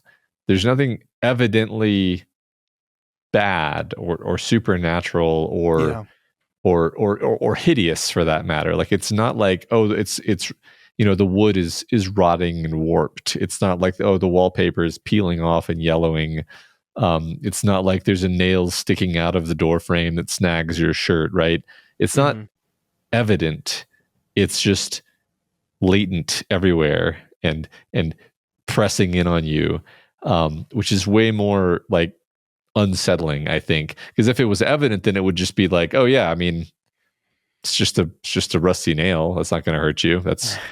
It's physical. It's a physical thing that that can hurt you physically, but you can explain it. You can quantify it. And everything that's wrong with it is like unquantifiably wrong with it. Yeah. No, that's great. I love that.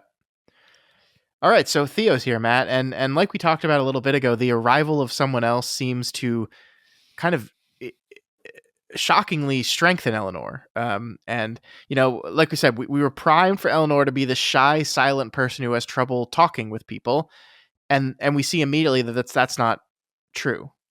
We see immediately that she is excited and ready, and like calls out to a person she hasn't even met yet. Like, very outgoing type personality is what we see. Kind of what I guess we were kind of primed to see from Theo, not from Eleanor. Yeah, I think you're right. I mean, we were primed to think of Theodora as being kind of insufferable, and yet she comes off as being charming and delightful. Yeah. And we were primed to think of Eleanor, as you say, as being taciturn little mouse, and she turns out to be just as engaged in the conversation. I don't really know what to do with this at this point. Like, they immediately take to each other, and it's like they're just the best of friends, and it's like they've been friends forever, and that they just met. I almost want to say, and the only reason I hesitate to say this is that the book does. I don't think the book particularly puts this explanation forward to us, but it's possible that it's like, well, if they are both psychically sensitive individuals, then maybe they're, on the same wavelength in that sense, where even though this is the first time they met, they recognize each other as kindred spirits in this particular way. Yeah, I think that's very possible. I like that. I mean, I think it's such. I'm glad we had this conversation about the other weird people she encountered on the way here, right? Even the Dudleys, to a certain extent, like everyone has been kind of weird and off-putting and mean in a way that we don't even understand how or why they're being mean. And then Theo comes, who, like we said, is kind of primed to be this selfish, arrogant type person who thinks she's hot shit.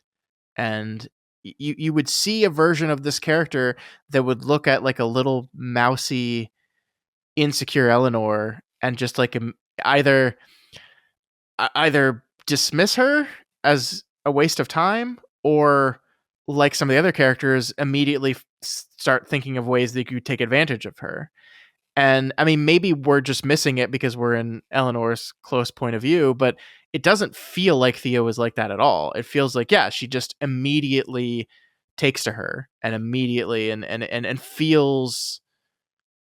I think kindred spirits is a perfect way of describing that. Like, it just feels like they are two people that are fast friends and will get along famously, despite the book telling us that these people are incredibly different. I mean, like, that is textual. The second line of Theodora is, Theodora and Eleanor are not alike at all. Mm-hmm. And yet, they immediately get along here. And maybe that'll vanish. Maybe it's fake.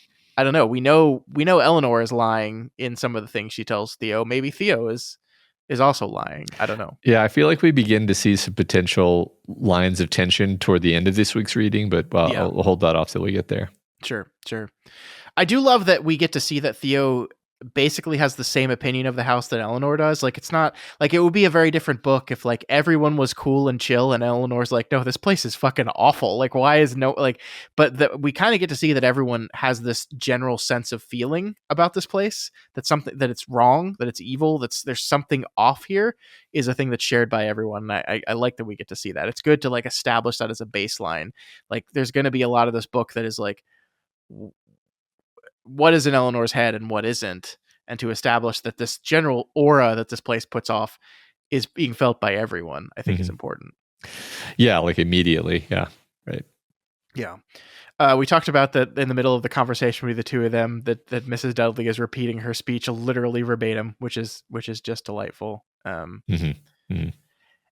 I just want to say, like, I think you're right that there is this level of discomfort and uncertainty, but we are still kind of on Eleanor's side here, and just like her excitement at meeting this new person and being fast friends with her is kind of adorable. Like remember, she hates her sister. She has no friends. So, and her mother, she hated too, right? So she's never had a woman in her life ever that she got along with, that she liked. And so you're happy for her. Yeah.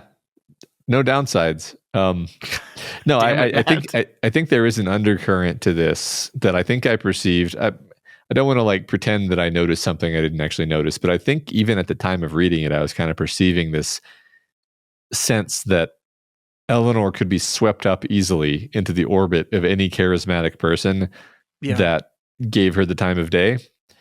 Yeah. And I'm not necessarily saying that Theodora is being willfully manipulative, but the fact that she is so open and warm to her, I feel like Eleanor would take a bullet for her after this 5-minute conversation. And that's because Eleanor is so desperate for this kind of feedback. Yeah. Yeah, way to ruin everything, Matt. Thank you for that. Yeah, I know I'm definitely the first person who has found dark undertones in Shirley Jackson's writing, so I'm sorry to have done that.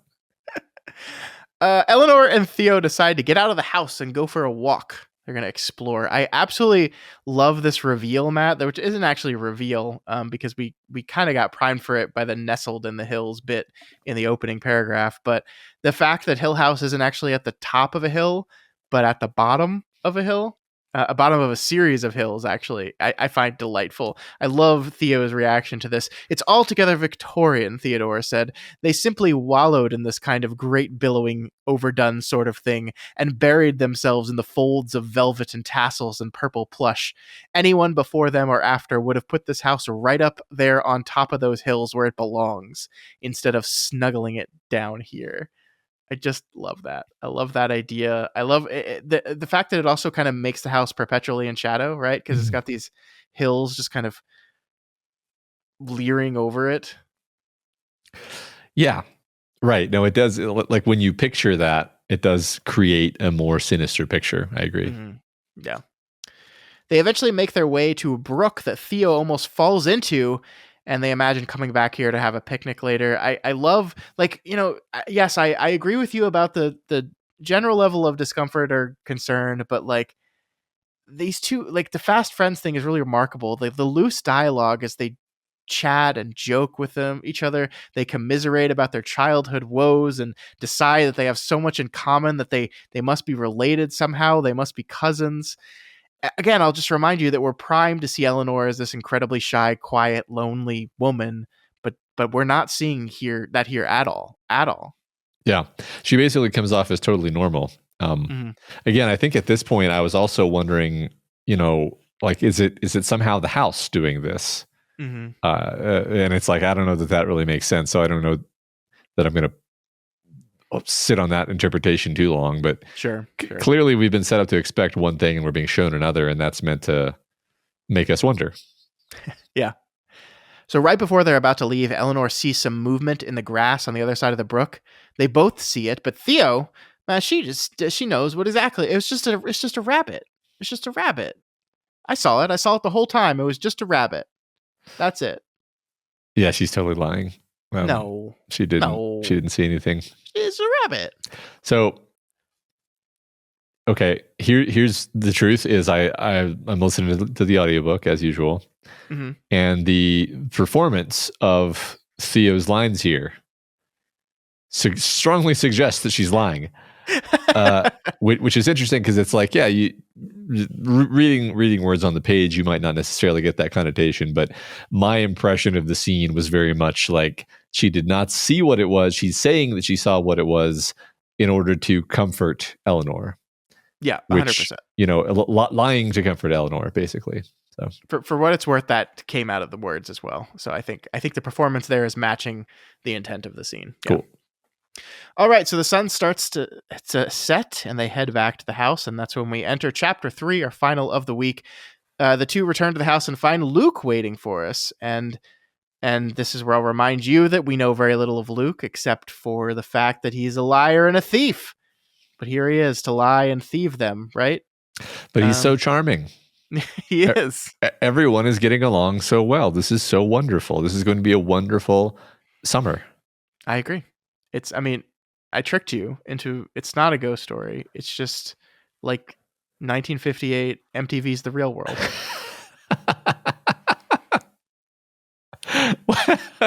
Well, I want to read that book now.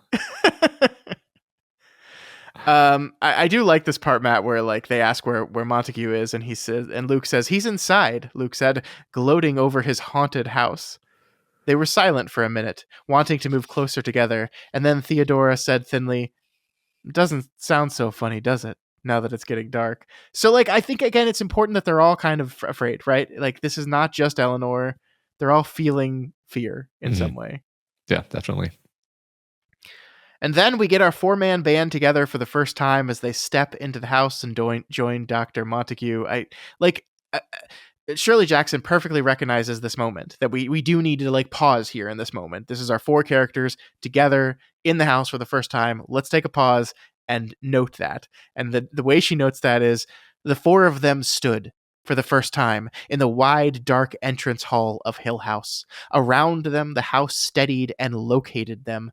Above them, the hills slept watchfully. Small eddies of air and sound and movement stirred and waited and whispered. And the center of consciousness was somehow the small space where they stood, four separate people, and looked trustingly at one another. Yeah, you get the implication that looking trustingly at one another is a big dumb mistake when framed in the rest of this paragraph. Yeah, I agree. Like we have this ominous stuff all around them, and the center of consciousness was somehow the small space where they stood, four separate people, all trusting each other with no reason to trust each other. Like that is the thing, right? Mm-hmm. And I do find it interesting that because of the way Shirley Jackson defined these characters early in the story, like we don't know why, with the exception of Luke, right? We don't know why they would not trust each other. And by the way, about Luke, we should say that the book does carefully make sure to define his lying and thieving as not like, I'm going to like break into people's apartments and steal their shit. Like that's not the type of thing Luke does. Luke takes advantage of his rich relatives and he cheats at cards. That's what he does. So like I don't think the thing we need to be worried about here is that the reason Luke is here is he's gonna steal all their shit from them. Like, oh, does Theodora have any expensive jewelry that he's gonna? That's not the type of rogue it seems like he is. So I guess my point here is we don't know. We feel like we should know why it's bad that they all trust each other, but we don't actually know why it's bad that they all trust each other because it seems like Montague is legit. This is why he's here. Like, it seems like that's true. Luke, we're told Luke is here specifically because his family wanted him like out of trouble and knew like making him go live at the house for the summer would keep him out of trouble for a few months. We know why Eleanor is here. We know why Theodore is here. What is there to not trust about each other? And yet, I think you're absolutely correct that we are being primed for this idea that all these people are just readily just like, yeah, let's trust each other. Yeah. I don't know, but I'm worried. Mm-hmm. So we cut to them sitting in a small room that is described as not cozy or warm, but uncomfortable and cold, despite the fire. Dr. Montague says this will be their home base, their base of operations. Awesome. What a great choice. Yeah, they're going to spend a lot of time in this awful room. Can't wait. Yeah. I love when Theo warns no one to make any puns about spirits and spirits while holding her drink out for Luke to fill, thusly making a pun about spirits and spirits. Yeah, she's going to regret that. Yeah. I mean, everyone knows that actually that's the reason why we haven't been haunted in our lives is because the puns that we make are the good ones. That's right. And so a ghost is just a bad pun making you pay for your mistake. Exactly. It's the universe correcting itself, really. I agree. So, Matt, speaking of suspicion and how we should feel about these people, they introduce themselves to each other, first starting with wordplay and then moving on to making up characters for themselves, making up fake backstories and characters for who they are.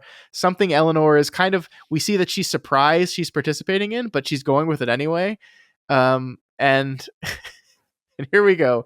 Truly a congenial little group, Luke says approvingly, destined to be inseparable friends, in fact, a courtesan, a pilgrim, a princess, and a bullfighter. Hill House has surely never seen our like. So I just want to get your feeling on this, and maybe we could talk about the characters they choose for themselves a little bit more. So overall, it's just extremely delightful. And I want to say we've been harping on this idea that, oh, this is so foreboding and I'm so worried. And that's true. But it's also delightful and fun. And there's a lightheartedness to this part in particular where as I was listening to this, I was not just like repeatedly thinking to myself, oh, this is, I'm worried about this. No, I was just enjoying these characters, I was being lulled. I was being successfully lulled into them being harmless and delightful and friendly and charming. And you get the sense that you're seeing everyone at their best here. And it's beautiful in its way. Like, it's a beautiful scene just in isolation. It's a beautiful scene of humans enjoying each other's company. Yeah. Now, stepping outside of that, like, yeah, the reason to do that is to then amplify the magnitude of the incipient fall after everything goes to shit. But in this exact moment, it's fun. Okay, so you also wanted to talk about who picks which character, and I don't know that I thought too hard about this actually. I don't know. Do you have a theory? Do you have a typology here? No, I don't. I mean, I think it's interesting that Eleanor goes with the courtesan, right? Considering Eleanor has, I think it's pretty confident to say, never seen a man. Yeah. Right. Ever. Yes. Okay. You reminded me that I think the idea is that everyone sort of picks the opposite of what they really are. So yeah.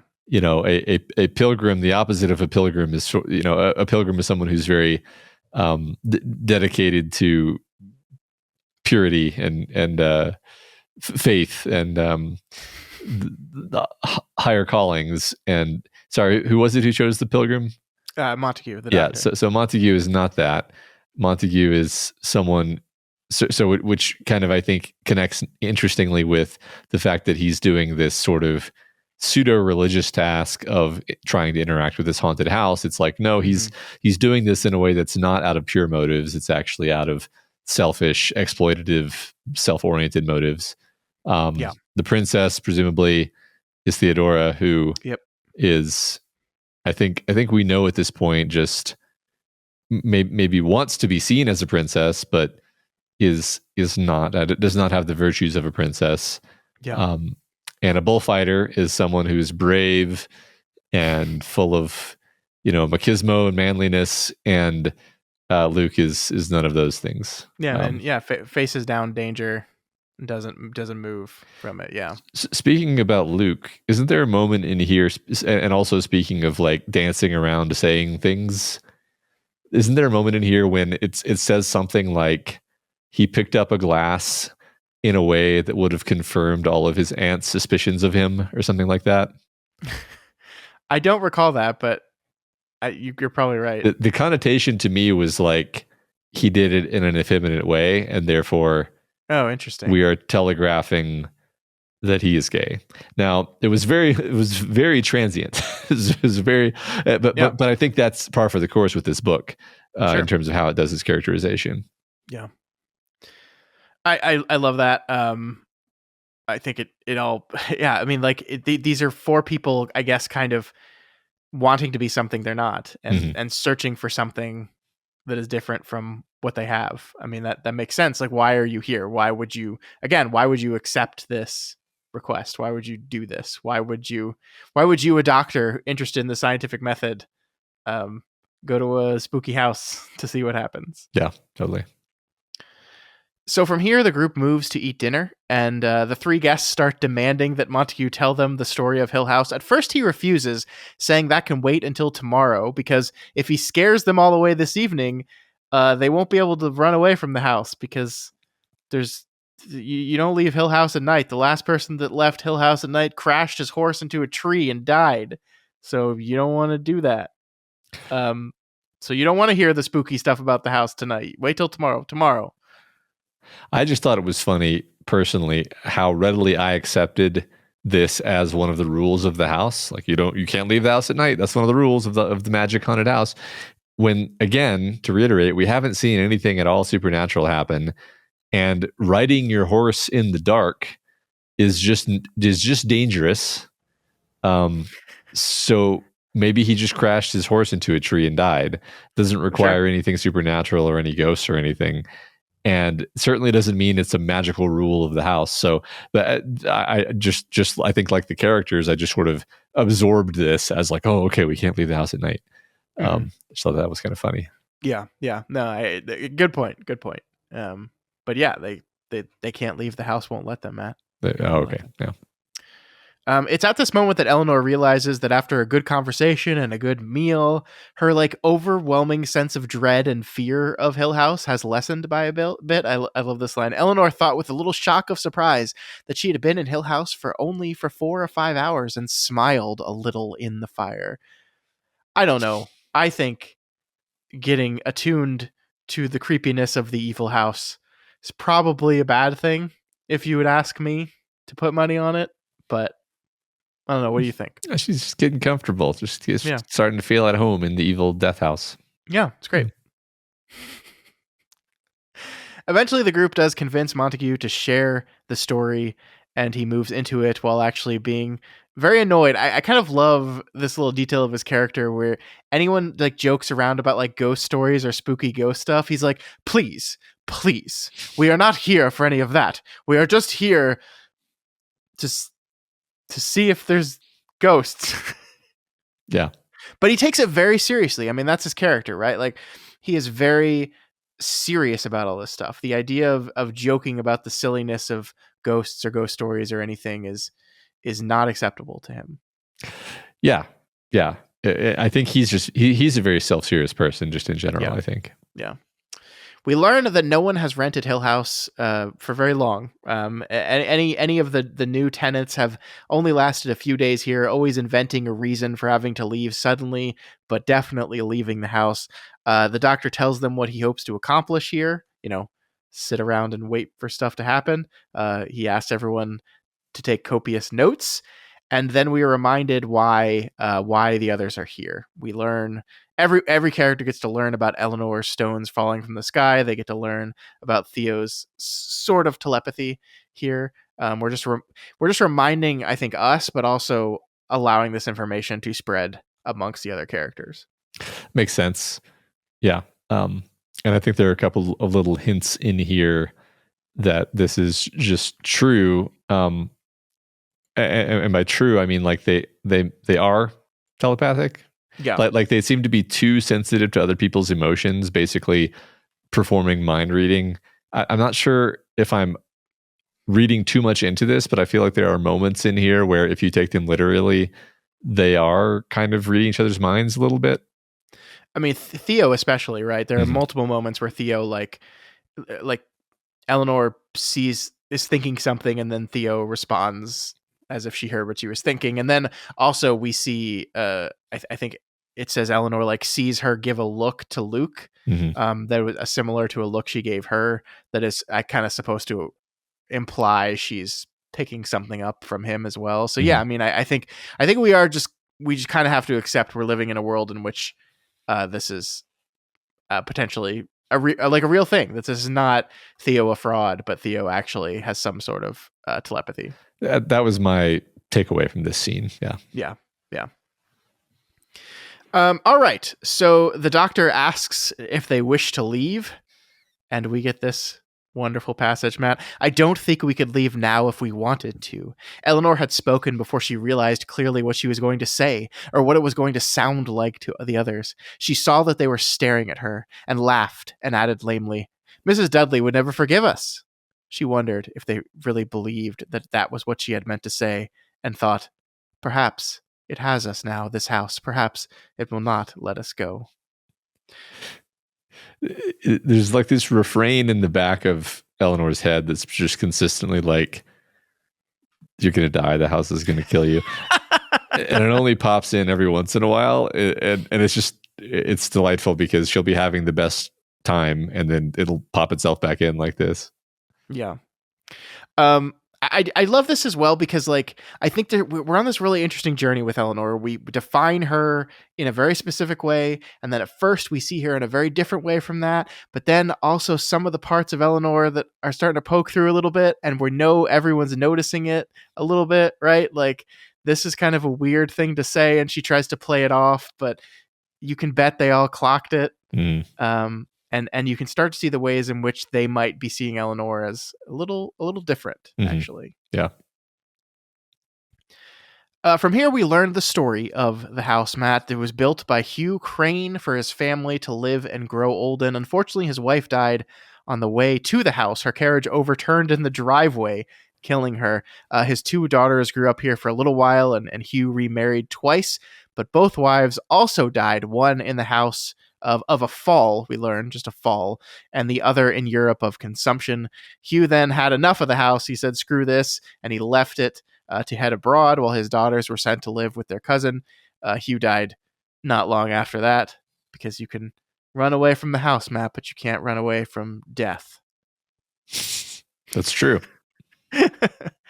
The two sisters then battled out for control of the house. The older sister eventually gets it, but the younger really never gives up on it, and they quarrel. The eldest thinking the youngest is sneaking in and stealing things in the night. The younger constantly thinking that the elder isn't giving her promised inheritance. Eventually, the eldest dies of pneumonia and leaves the house to a girl that she took from the village to live with her as a companion. This is all, like, let's just say, like, incredibly gothic and mysterious and, like, ripe for the idea of hauntings, right? Like this is of the tradition, certainly. Of the tradition, yes. Although, and forgive me if I'm beating this drum too much, it's also very normal. A bunch of people in the 1880s died of illnesses. Yeah. Oh no, this is a terrifying. No, it's like, given the nature of the situation and like the level of evil of this house, you expect there to be, tales of full torso apparitions with PKE readings of at least 800 asteroids. But no, it's just a family being shitty to each other and then dying. And I think the bit near the end where the people in the house are convinced that somebody is sneaking into the house is the closest thing we get to like raising an eyebrow about, that they insist they're not and the other person insists they are. And it's like, okay, well, if there's a ghost, the ghost is poltergeisting them. But it's just interesting that this isn't a florid tale of poltergeist hauntings. This is just a bunch of sad things that happen to these people. And then I almost felt like the professor is just holding something back. Like he's just, which probably, I feel like Luke would know if that were the case, because Luke like plugged into this? He might not, though. I mean, like, I think there's a very funny part where when they decide to play chess, and Luke goes, "I'll go get the chessboard. Where is it?" and Montague like laughs at him because this is technically his house, right? So I don't know how plugged into like the history of the house Luke is. Fair enough, really, but yeah, I mean, I think you're right. Like there, it does seem. I think that maybe this is like how the concept of haunted houses began in the first place, because like it was the 1800s and people died a lot. Yeah. Like there's just lots of things that can kill you in the 1800s that now don't kill you. So the idea of like, yeah, I mean, one just died of pneumonia, died of consumption, like just a carriage flipped over, like I think you can add this all up and go, wow, there's a lot of death around this house. And I was like, well, yeah, there's a lot of death around life, actually. So yeah, I mean, I think there is some stuff like under of it all, like some mysteriousness and the insistence on stealing. I think you're absolutely right. Is supposed to be clocked as there's something going on here. People insist that no, I'm not sneaking in and taking anything, and yet things are disappearing. What things are disappearing? What do you mean? I don't know. I think this little wrinkle with the companion taken from the town is interesting. Like what happens is the opposite of what you would expect, which is that the house falling to her would endear her to the people of the town since she's from there, and actually the little sister, the fancy foreign little sister, would be hated. But it's the exact opposite, that the town now hates this person because she had the audacity to think she could rise above their level, and they mercilessly badger and hound her, and then also the little sister does as well, and that eventually drives her to suicide. So I think a woman hanging herself in the house is probably like the most ripe for supernatural stuff of the story so far, right? Like, yeah, I think, it's one thing if someone gets pneumonia and dies. It's another if like spiritual hauntings drive a woman to suicide, right? Like that's very different. Right. I agree. That's it's all left implied, though. I guess is all I wanted, is kind of the point I wanted to make, is it seems surprising that the professor thought this was such a clear-cut case of a haunting when when again, you have to read between the lines to even see anything that suggests that there might be a haunting at all. Yes, I do think it would be weird. I mean, I think the feeling of he's holding something back is fair. Mhm. It would be weird if the intent of the study is to put psychically attuned people into a haunted house and see the way they ping off the house, as it seems like it is. What would not, if you knew some really creepy shit about the house that maybe would help with that, why would you not just throw that on the table as well? Well, I mean, I kind of see your point, but to just literally answer your question, if you're viewing it as an experiment, then you might wait and see if they say like, "Hey, I saw a headless, man walking down the staircase," and then he'd be like, "Ah, yes, that's the guy who got decapitated in the house that I didn't mention earlier." But the fact that you saw it proves that, in fact, you are psychic, right? Yeah, that's fair. As a kind of a control. Yeah. If you I actually, now that I think of it, I kind of like that. As the more spooky shit you put into a person's head, the more they could perhaps just invent experiences rather than actually experiencing something real. Yeah. Yeah, it's the whole alien abductions thing. Sure. Yeah. I do love this line about how Eleanor talks about the suicide. Killed herself. Eleanor, shocked into speech, half rose. She had to kill herself? Just that word choice right there, right? Like, had she to had kill to kill herself. herself. Like, she was compelled to. She had no choice other than, right? You've never heard it quite said that way before. Yeah. Mm-hmm. Yeah. And this is, I think, so it's good to kind of talk about this and back up here, because I think this is one of our maybe first hints at one of our themes of the story, right? This house, or the people of the world, driving someone to something like this, driving someone to insanity or suicide or things like this. And I had this in mind because we talked to Kim a couple weeks ago how this concept of women and insanity, right, are things that are oft explored in feminist fiction, right? Like women behave differently and are therefore insane, right? We like to shove them off into this corner. If you're behaving different from the way I want you to, you must be insane, and let me deal with that. And so I'm just very conscious of that in moving into this book, of how insanity, like, again, sanity is one of the first lines of our book, right? We've defined this concept of sane and insane at the very beginning. And so, like, talk about women specifically and how their sanity or insanity is depicted in this book and what it's possibly doing, right? Yeah. Just something I want to keep in mind as we move our way through. Right. And I'm just going to reiterate the point we made earlier, which is that it was actually conveyed that unflinching, unceasing contact with reality was actually insanity, whereas sort of an ability to separate yourself from that is sanity. In the context of this story. And then at the end of our creepy story, here's our main character's first thought as Montague finishes everything. Eleanor found herself unexpectedly admiring her own feet. Theodora dreamed over the first just beyond the tips of her toes, and Eleanor thought with deep satisfaction that her feet were handsome in their red sandals. What a complete and separate thing I am, she thought, going from my red toes to the top of my head.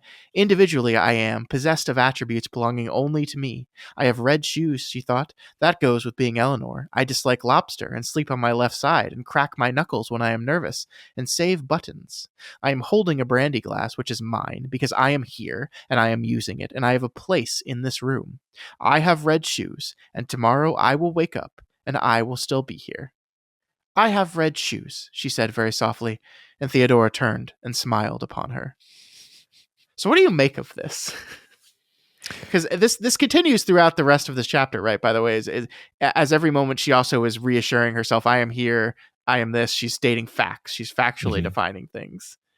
But so I really just read this as she's this person who has been so isolated to the point of just absolute misery, and she's continually surprised and shocked and delighted to find herself in this room with these people that she's getting along with, feeling like a normal person, feeling like one of them, an equal among them. Mm-hmm. And she's reinforcing this to herself. I am here. I am taking up this space. This is me. This is Eleanor. I have the red shoes. I find it relatable, really. Like if you ever feel just like odd that you ended up in a place, like how did I get here? And you just kind of keep reaffirming the reality of it to yourself. Mm-hmm. That's what I read into this. Did you have a different take? No, I didn't. I think you're right. I really liked it. I guess the thing I really clocked was finishing it by speaking aloud. Mm-hmm. And like, I'm just very aware of the way our character is being perceived by the others around her. And this is another one of those things of like, is Eleanor quite as normal as we thought originally when we first met her? It is kind of weird to like talk to yourself in a room with other people, right? Just to say I have red shoes randomly. I have red shoes. That is a little weird, yeah. But Theodora is like open to this. She's she loves her silly little sister Eleanor, Yeah. So they decide to play some games, but it turns out Theo doesn't know how to play any games, and she seems, very grumpy about playing games in general. So the two men decide that they'll just go play a game of chess. The doctor goes and gets the chessboard while both Luke and Theo say that Eleanor doesn't look too good, which is just a mean thing to say to a person. Yeah. Just mean. And here we finally get to what I was going to kind of hinting at much earlier in this conversation, that Theodora, like as soon as she is made to feel like annoyed and not the center of attention, she begins to get self-centered and petulant, and whiny.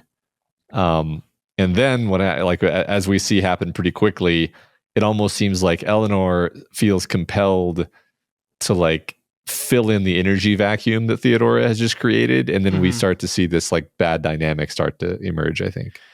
Yeah, I mean, Theo gets very sulky and bored, and she does this thing. I hate when people do this thing, by the way. I'm terrible, aren't I? Theodora moves quickly and put her hand over Eleanor's. I sit here and grouch because there's nothing to amuse me. I'm very selfish. Tell me how horrible I am.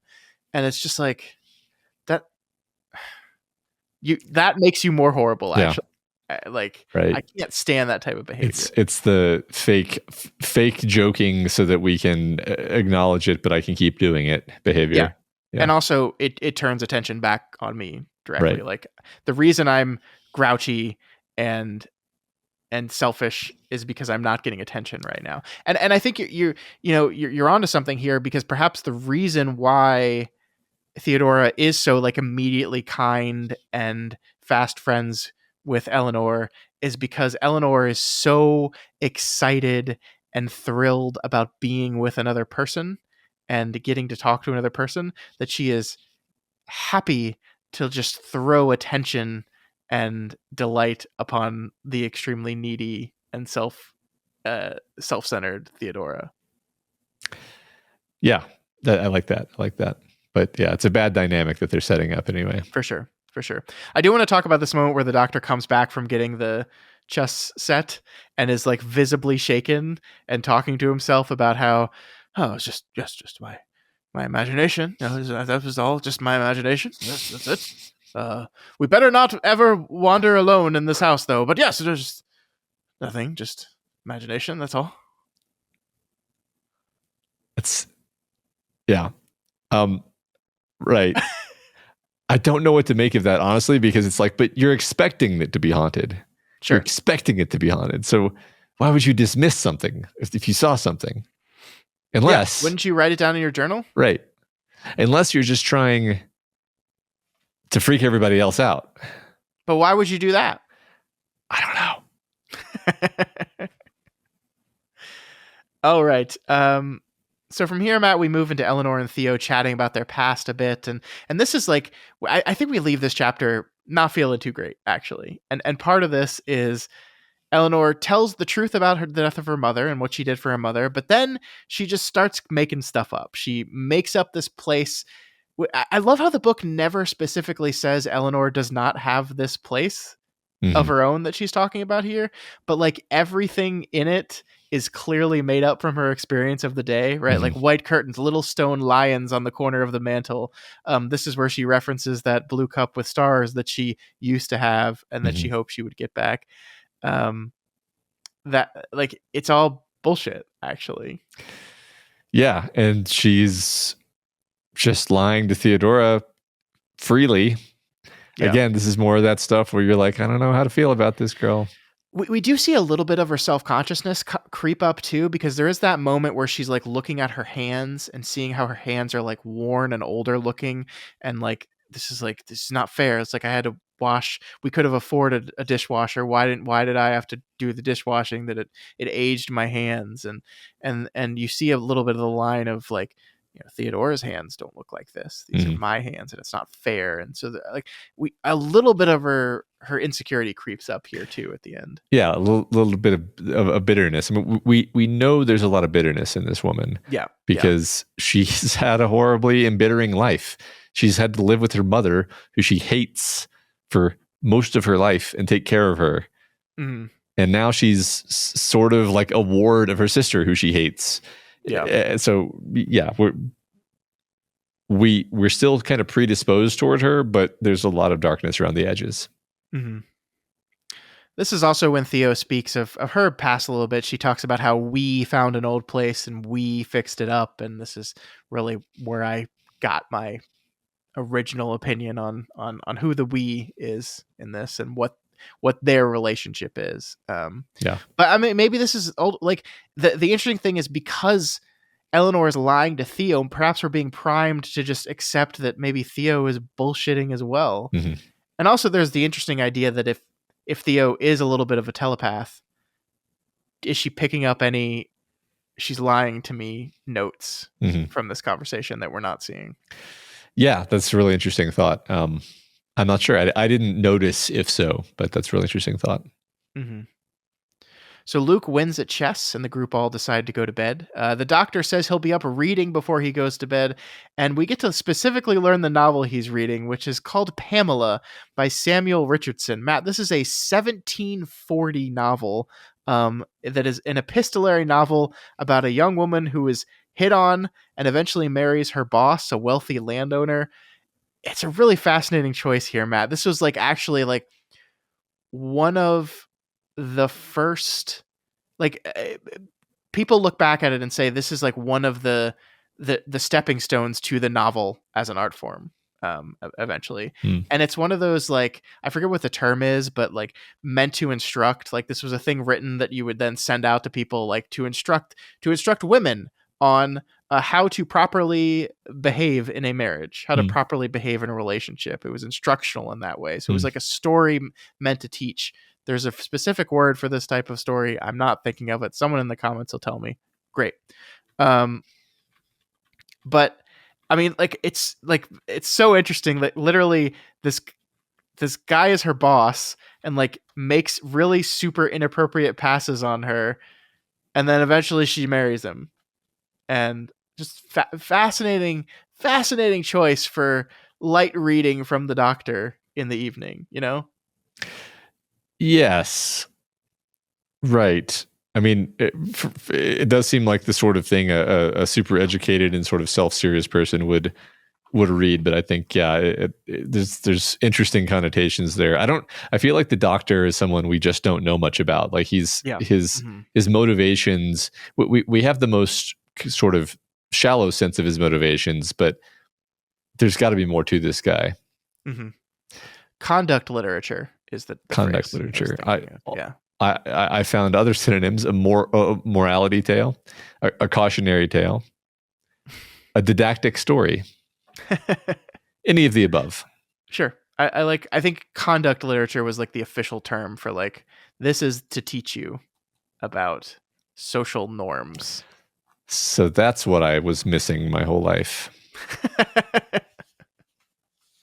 Yeah, obviously I haven't read Pamela, so like I don't know the details of it. Maybe Shirley Jackson's playing on a very specific thing here that we're not getting, but I just like I my ears always perk up when someone specifically mentions the book that they're reading in a book, because I'm like, you chose that intentionally. Totally. Yeah. All right. So, did you think that maybe Luke cheated at chess? Like it was, I don't. I think it's probably difficult to like cheat at chess, but the thought crossed my mind. It's pretty hard to cheat at chess unless the other player leaves the room or whatever. But I just took it as a sign that maybe the doctor isn't as smart as he thinks he is, or maybe that Luke is outsmarting him as like more of a metaphorical thing. Oh, I like that. That the fact that Luke beats him is like Luke is smarter than him. Mm-hmm. So Matt, as they go to bed, we also get to learn the colors of their rooms. And I just wanted to state this. I don't have any like opinion on what this means, but I think it's just interesting we get this clearly defined for us, that Eleanor is in the blue room, Theodora is in the green room, Dr. Montague's room is yellow, and Luke's room is pink. Pink. It's not Stephen King, Matt. I'm super suspicious of him now. Our chapter ends as everyone goes to sleep, and I wanted to read this little last bit, and then we can wrap it up. As she closed the door of the blue room behind her, Eleanor thought wearily that it might be the darkness and oppression of Hill House that tired her so, and then it no longer mattered. The blue bed was unbelievably soft. Odd, she thought sleepily, that the house should be so dreadful, and yet, in many respects, so physically comfortable. The soft bed, the pleasant lawn, the good fire, the cooking of Mrs. Dudley, the company too, she thought. And then thought, now I can think about them. I am all alone. Why is Luke here? But why am I here? Journey's end in lovers' meeting. They all saw that I was afraid. It's kind of like a frantic series of thoughts she has here as she goes to bed. Yeah. I feel like if you're like really overexcited and you just had what is to you a really fantastic experience, then you can have these sort of disjointed thoughts as you're trying to fall asleep. Mm-hmm. And to her, this is peak experience. She's getting to socialize with people who seem to like her. This never happens, right? So. Yeah, and I remember this like house that upon just seeing it at first, the feeling of needing to leave was so overwhelming that she almost just turned around and left. Mm-hmm. And now, it's so comfortable. Yeah. Everything's great. We're here. Yeah. Lovers meeting. We thought the lovers meeting was her and the people, but maybe it's the house. Perfect ending. She shivers, gets up and locks her door, and then gets back into bed, puts the covers over her head, and goes to sleep. That's the end of our chapter. Isn't there just one little moment in there when she looks at the door and she's like, did it open? And then she puts her head under the covers, and then that's it. Yep. Have you ever slept with covers over your head? No, I can't do it, man. I can't do it at all. It's so stuffy. My son does it every night. My son sleeps with cover completely under the covers, all of him, every night. And I'm like, how do you? It's so stuffy. I feel like I can't breathe. I hate it. Yeah, my youngest does that sometimes. I don't. It makes me overheat just thinking about it. Yeah, he will wake up like when he needs his naps and does that. Like he wakes up drenched in sweat. And I'm like, dude, just stick your head out of the covers. What are you doing? It doesn't have to be this way. Yeah. Yeah. But no, it's the only way he'll sleep. It's wild. It's great. Yeah. Don't worry, Matt. The door opening was probably just Theo. It's just it's just Theo, or it's just the shadows. It's just moonlight. They're only made of moonlight. They're only made of moonlight. All right. That is going to do it for our first episode. 3 chapters, pretty good stuff. I really enjoyed this conversation, Matt. Thank you. I was a little unsure about going in. It's been a long time since we talked about an author that was not Stephen King in this manner, but I thought it was great. Yeah, me too. As we said, next week we will pick up with Hill House with chapters 4 through 6. We're tearing through this book really fast, Matt. We've only got 2 more weeks and it'll be over. So we'll be 2/3 of the way through after just next week. So it's going to be a quick one for us. I am so excited. Yeah. All right. Our discussion question that will be read in just a couple weeks' time will be what, Matt? What are we asking people? Very simple one this time. What is your favorite haunted house? And of course, please tell us why. Yeah. Why is it Matt's house. Yeah.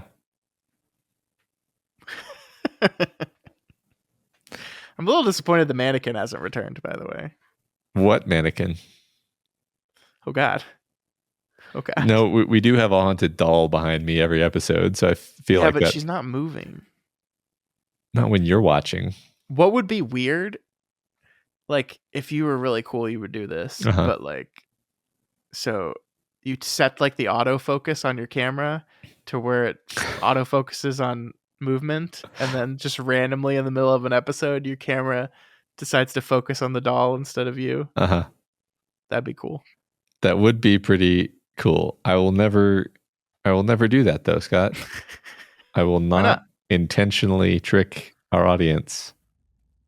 I don't think that's true. All right. Yeah, that's it for this week. Chapters 4 through 6 next week.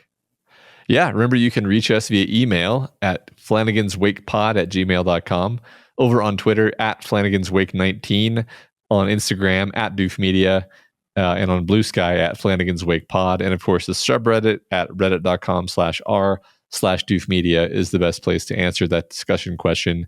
Don't forget that you can watch every episode of Flanagan's Wake on video on our YouTube channel. And I highly suggest you check out this episode and the previous one because Jason, our wonderful new editor, will have just really lifted things up. Scott was doing a fantastic job, by the way. Scott did all the editing up to this point. Scott was having a great time, and I think it was fantastic. But Jason does this for a living. So I was trash. It was awful. No, I mean, thank you. I appreciate that. But no, Jason's doing a great job. He's keeping with our style and kind of the way we do the show, but just handling the transitions better.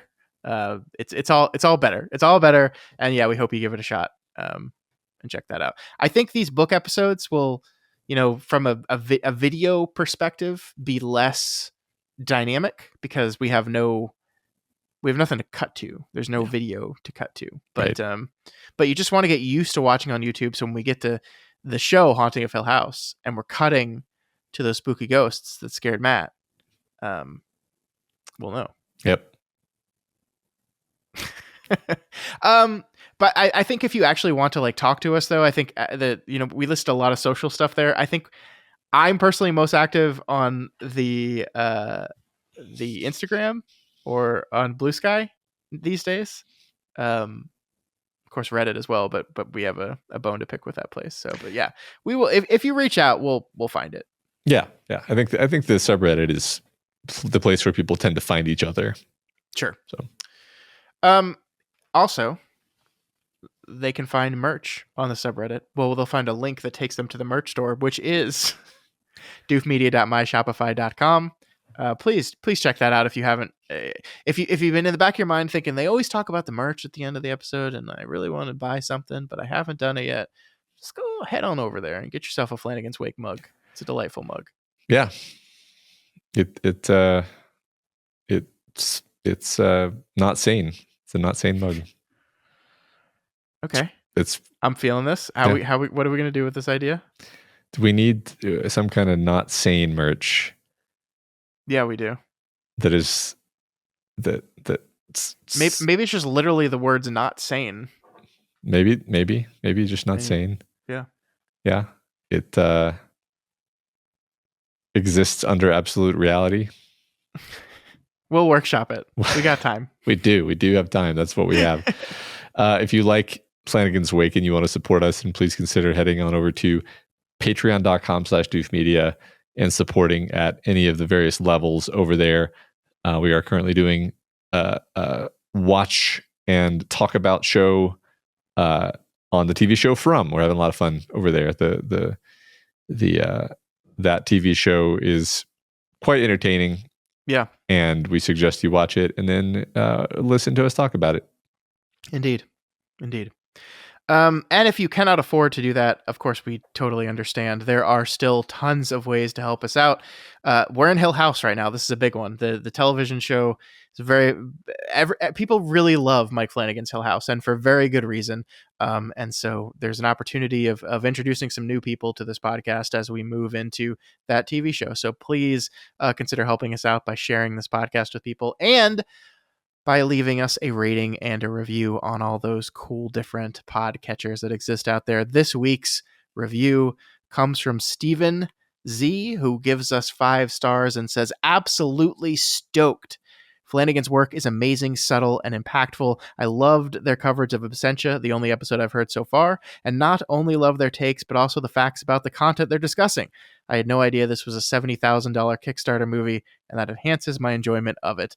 I'm stoked for them to cover the rest of his works, especially his Netflix shows. Matt, if you were scared by this one, I'm so excited for you to see those. Scott, keep bringing your enthusiasm and insights. We all love them. Well, thank you, Stephen. That was very nice of you. I hope you're still on board for the show. I think that review came in not long after our first episode. So we hope you're liking it. And stop telling Matt it's scary. He's going to quit the show. I don't want him to quit the show. Matt, it's actually, I mean, I guess it's scary if you're like a kid. Oh, okay. So you're saying it's like not scary? Okay. Yeah. Okay. Good. Okay. Well, I'm very comfortable with this now. Great. Yeah. Cool. Thank you so much again, Stephen, and thank you to all of those of you out there who have left those rating and reviews. We do appreciate those. They mean a lot, and they do help us. So thanks for taking the time to do that. That's right. Thank you. All right, folks. Next week, more Hill House, more Eleanor. What's going on? I don't know. We'll figure it out. But we'll see you then. Until then, rest in peace, Mr. Flanagan in Hill House. Why you always get that look on your face? Because it's funny. But that look was not that was what you just said was funny look. That was I can't believe you're still doing this. I can't believe we're still doing it. We're going to keep doing it though. We can't stop now. We can't stop now after like 10 episodes of doing it or whatever. Yeah, I agree. What have we gotten ourselves into, Scott?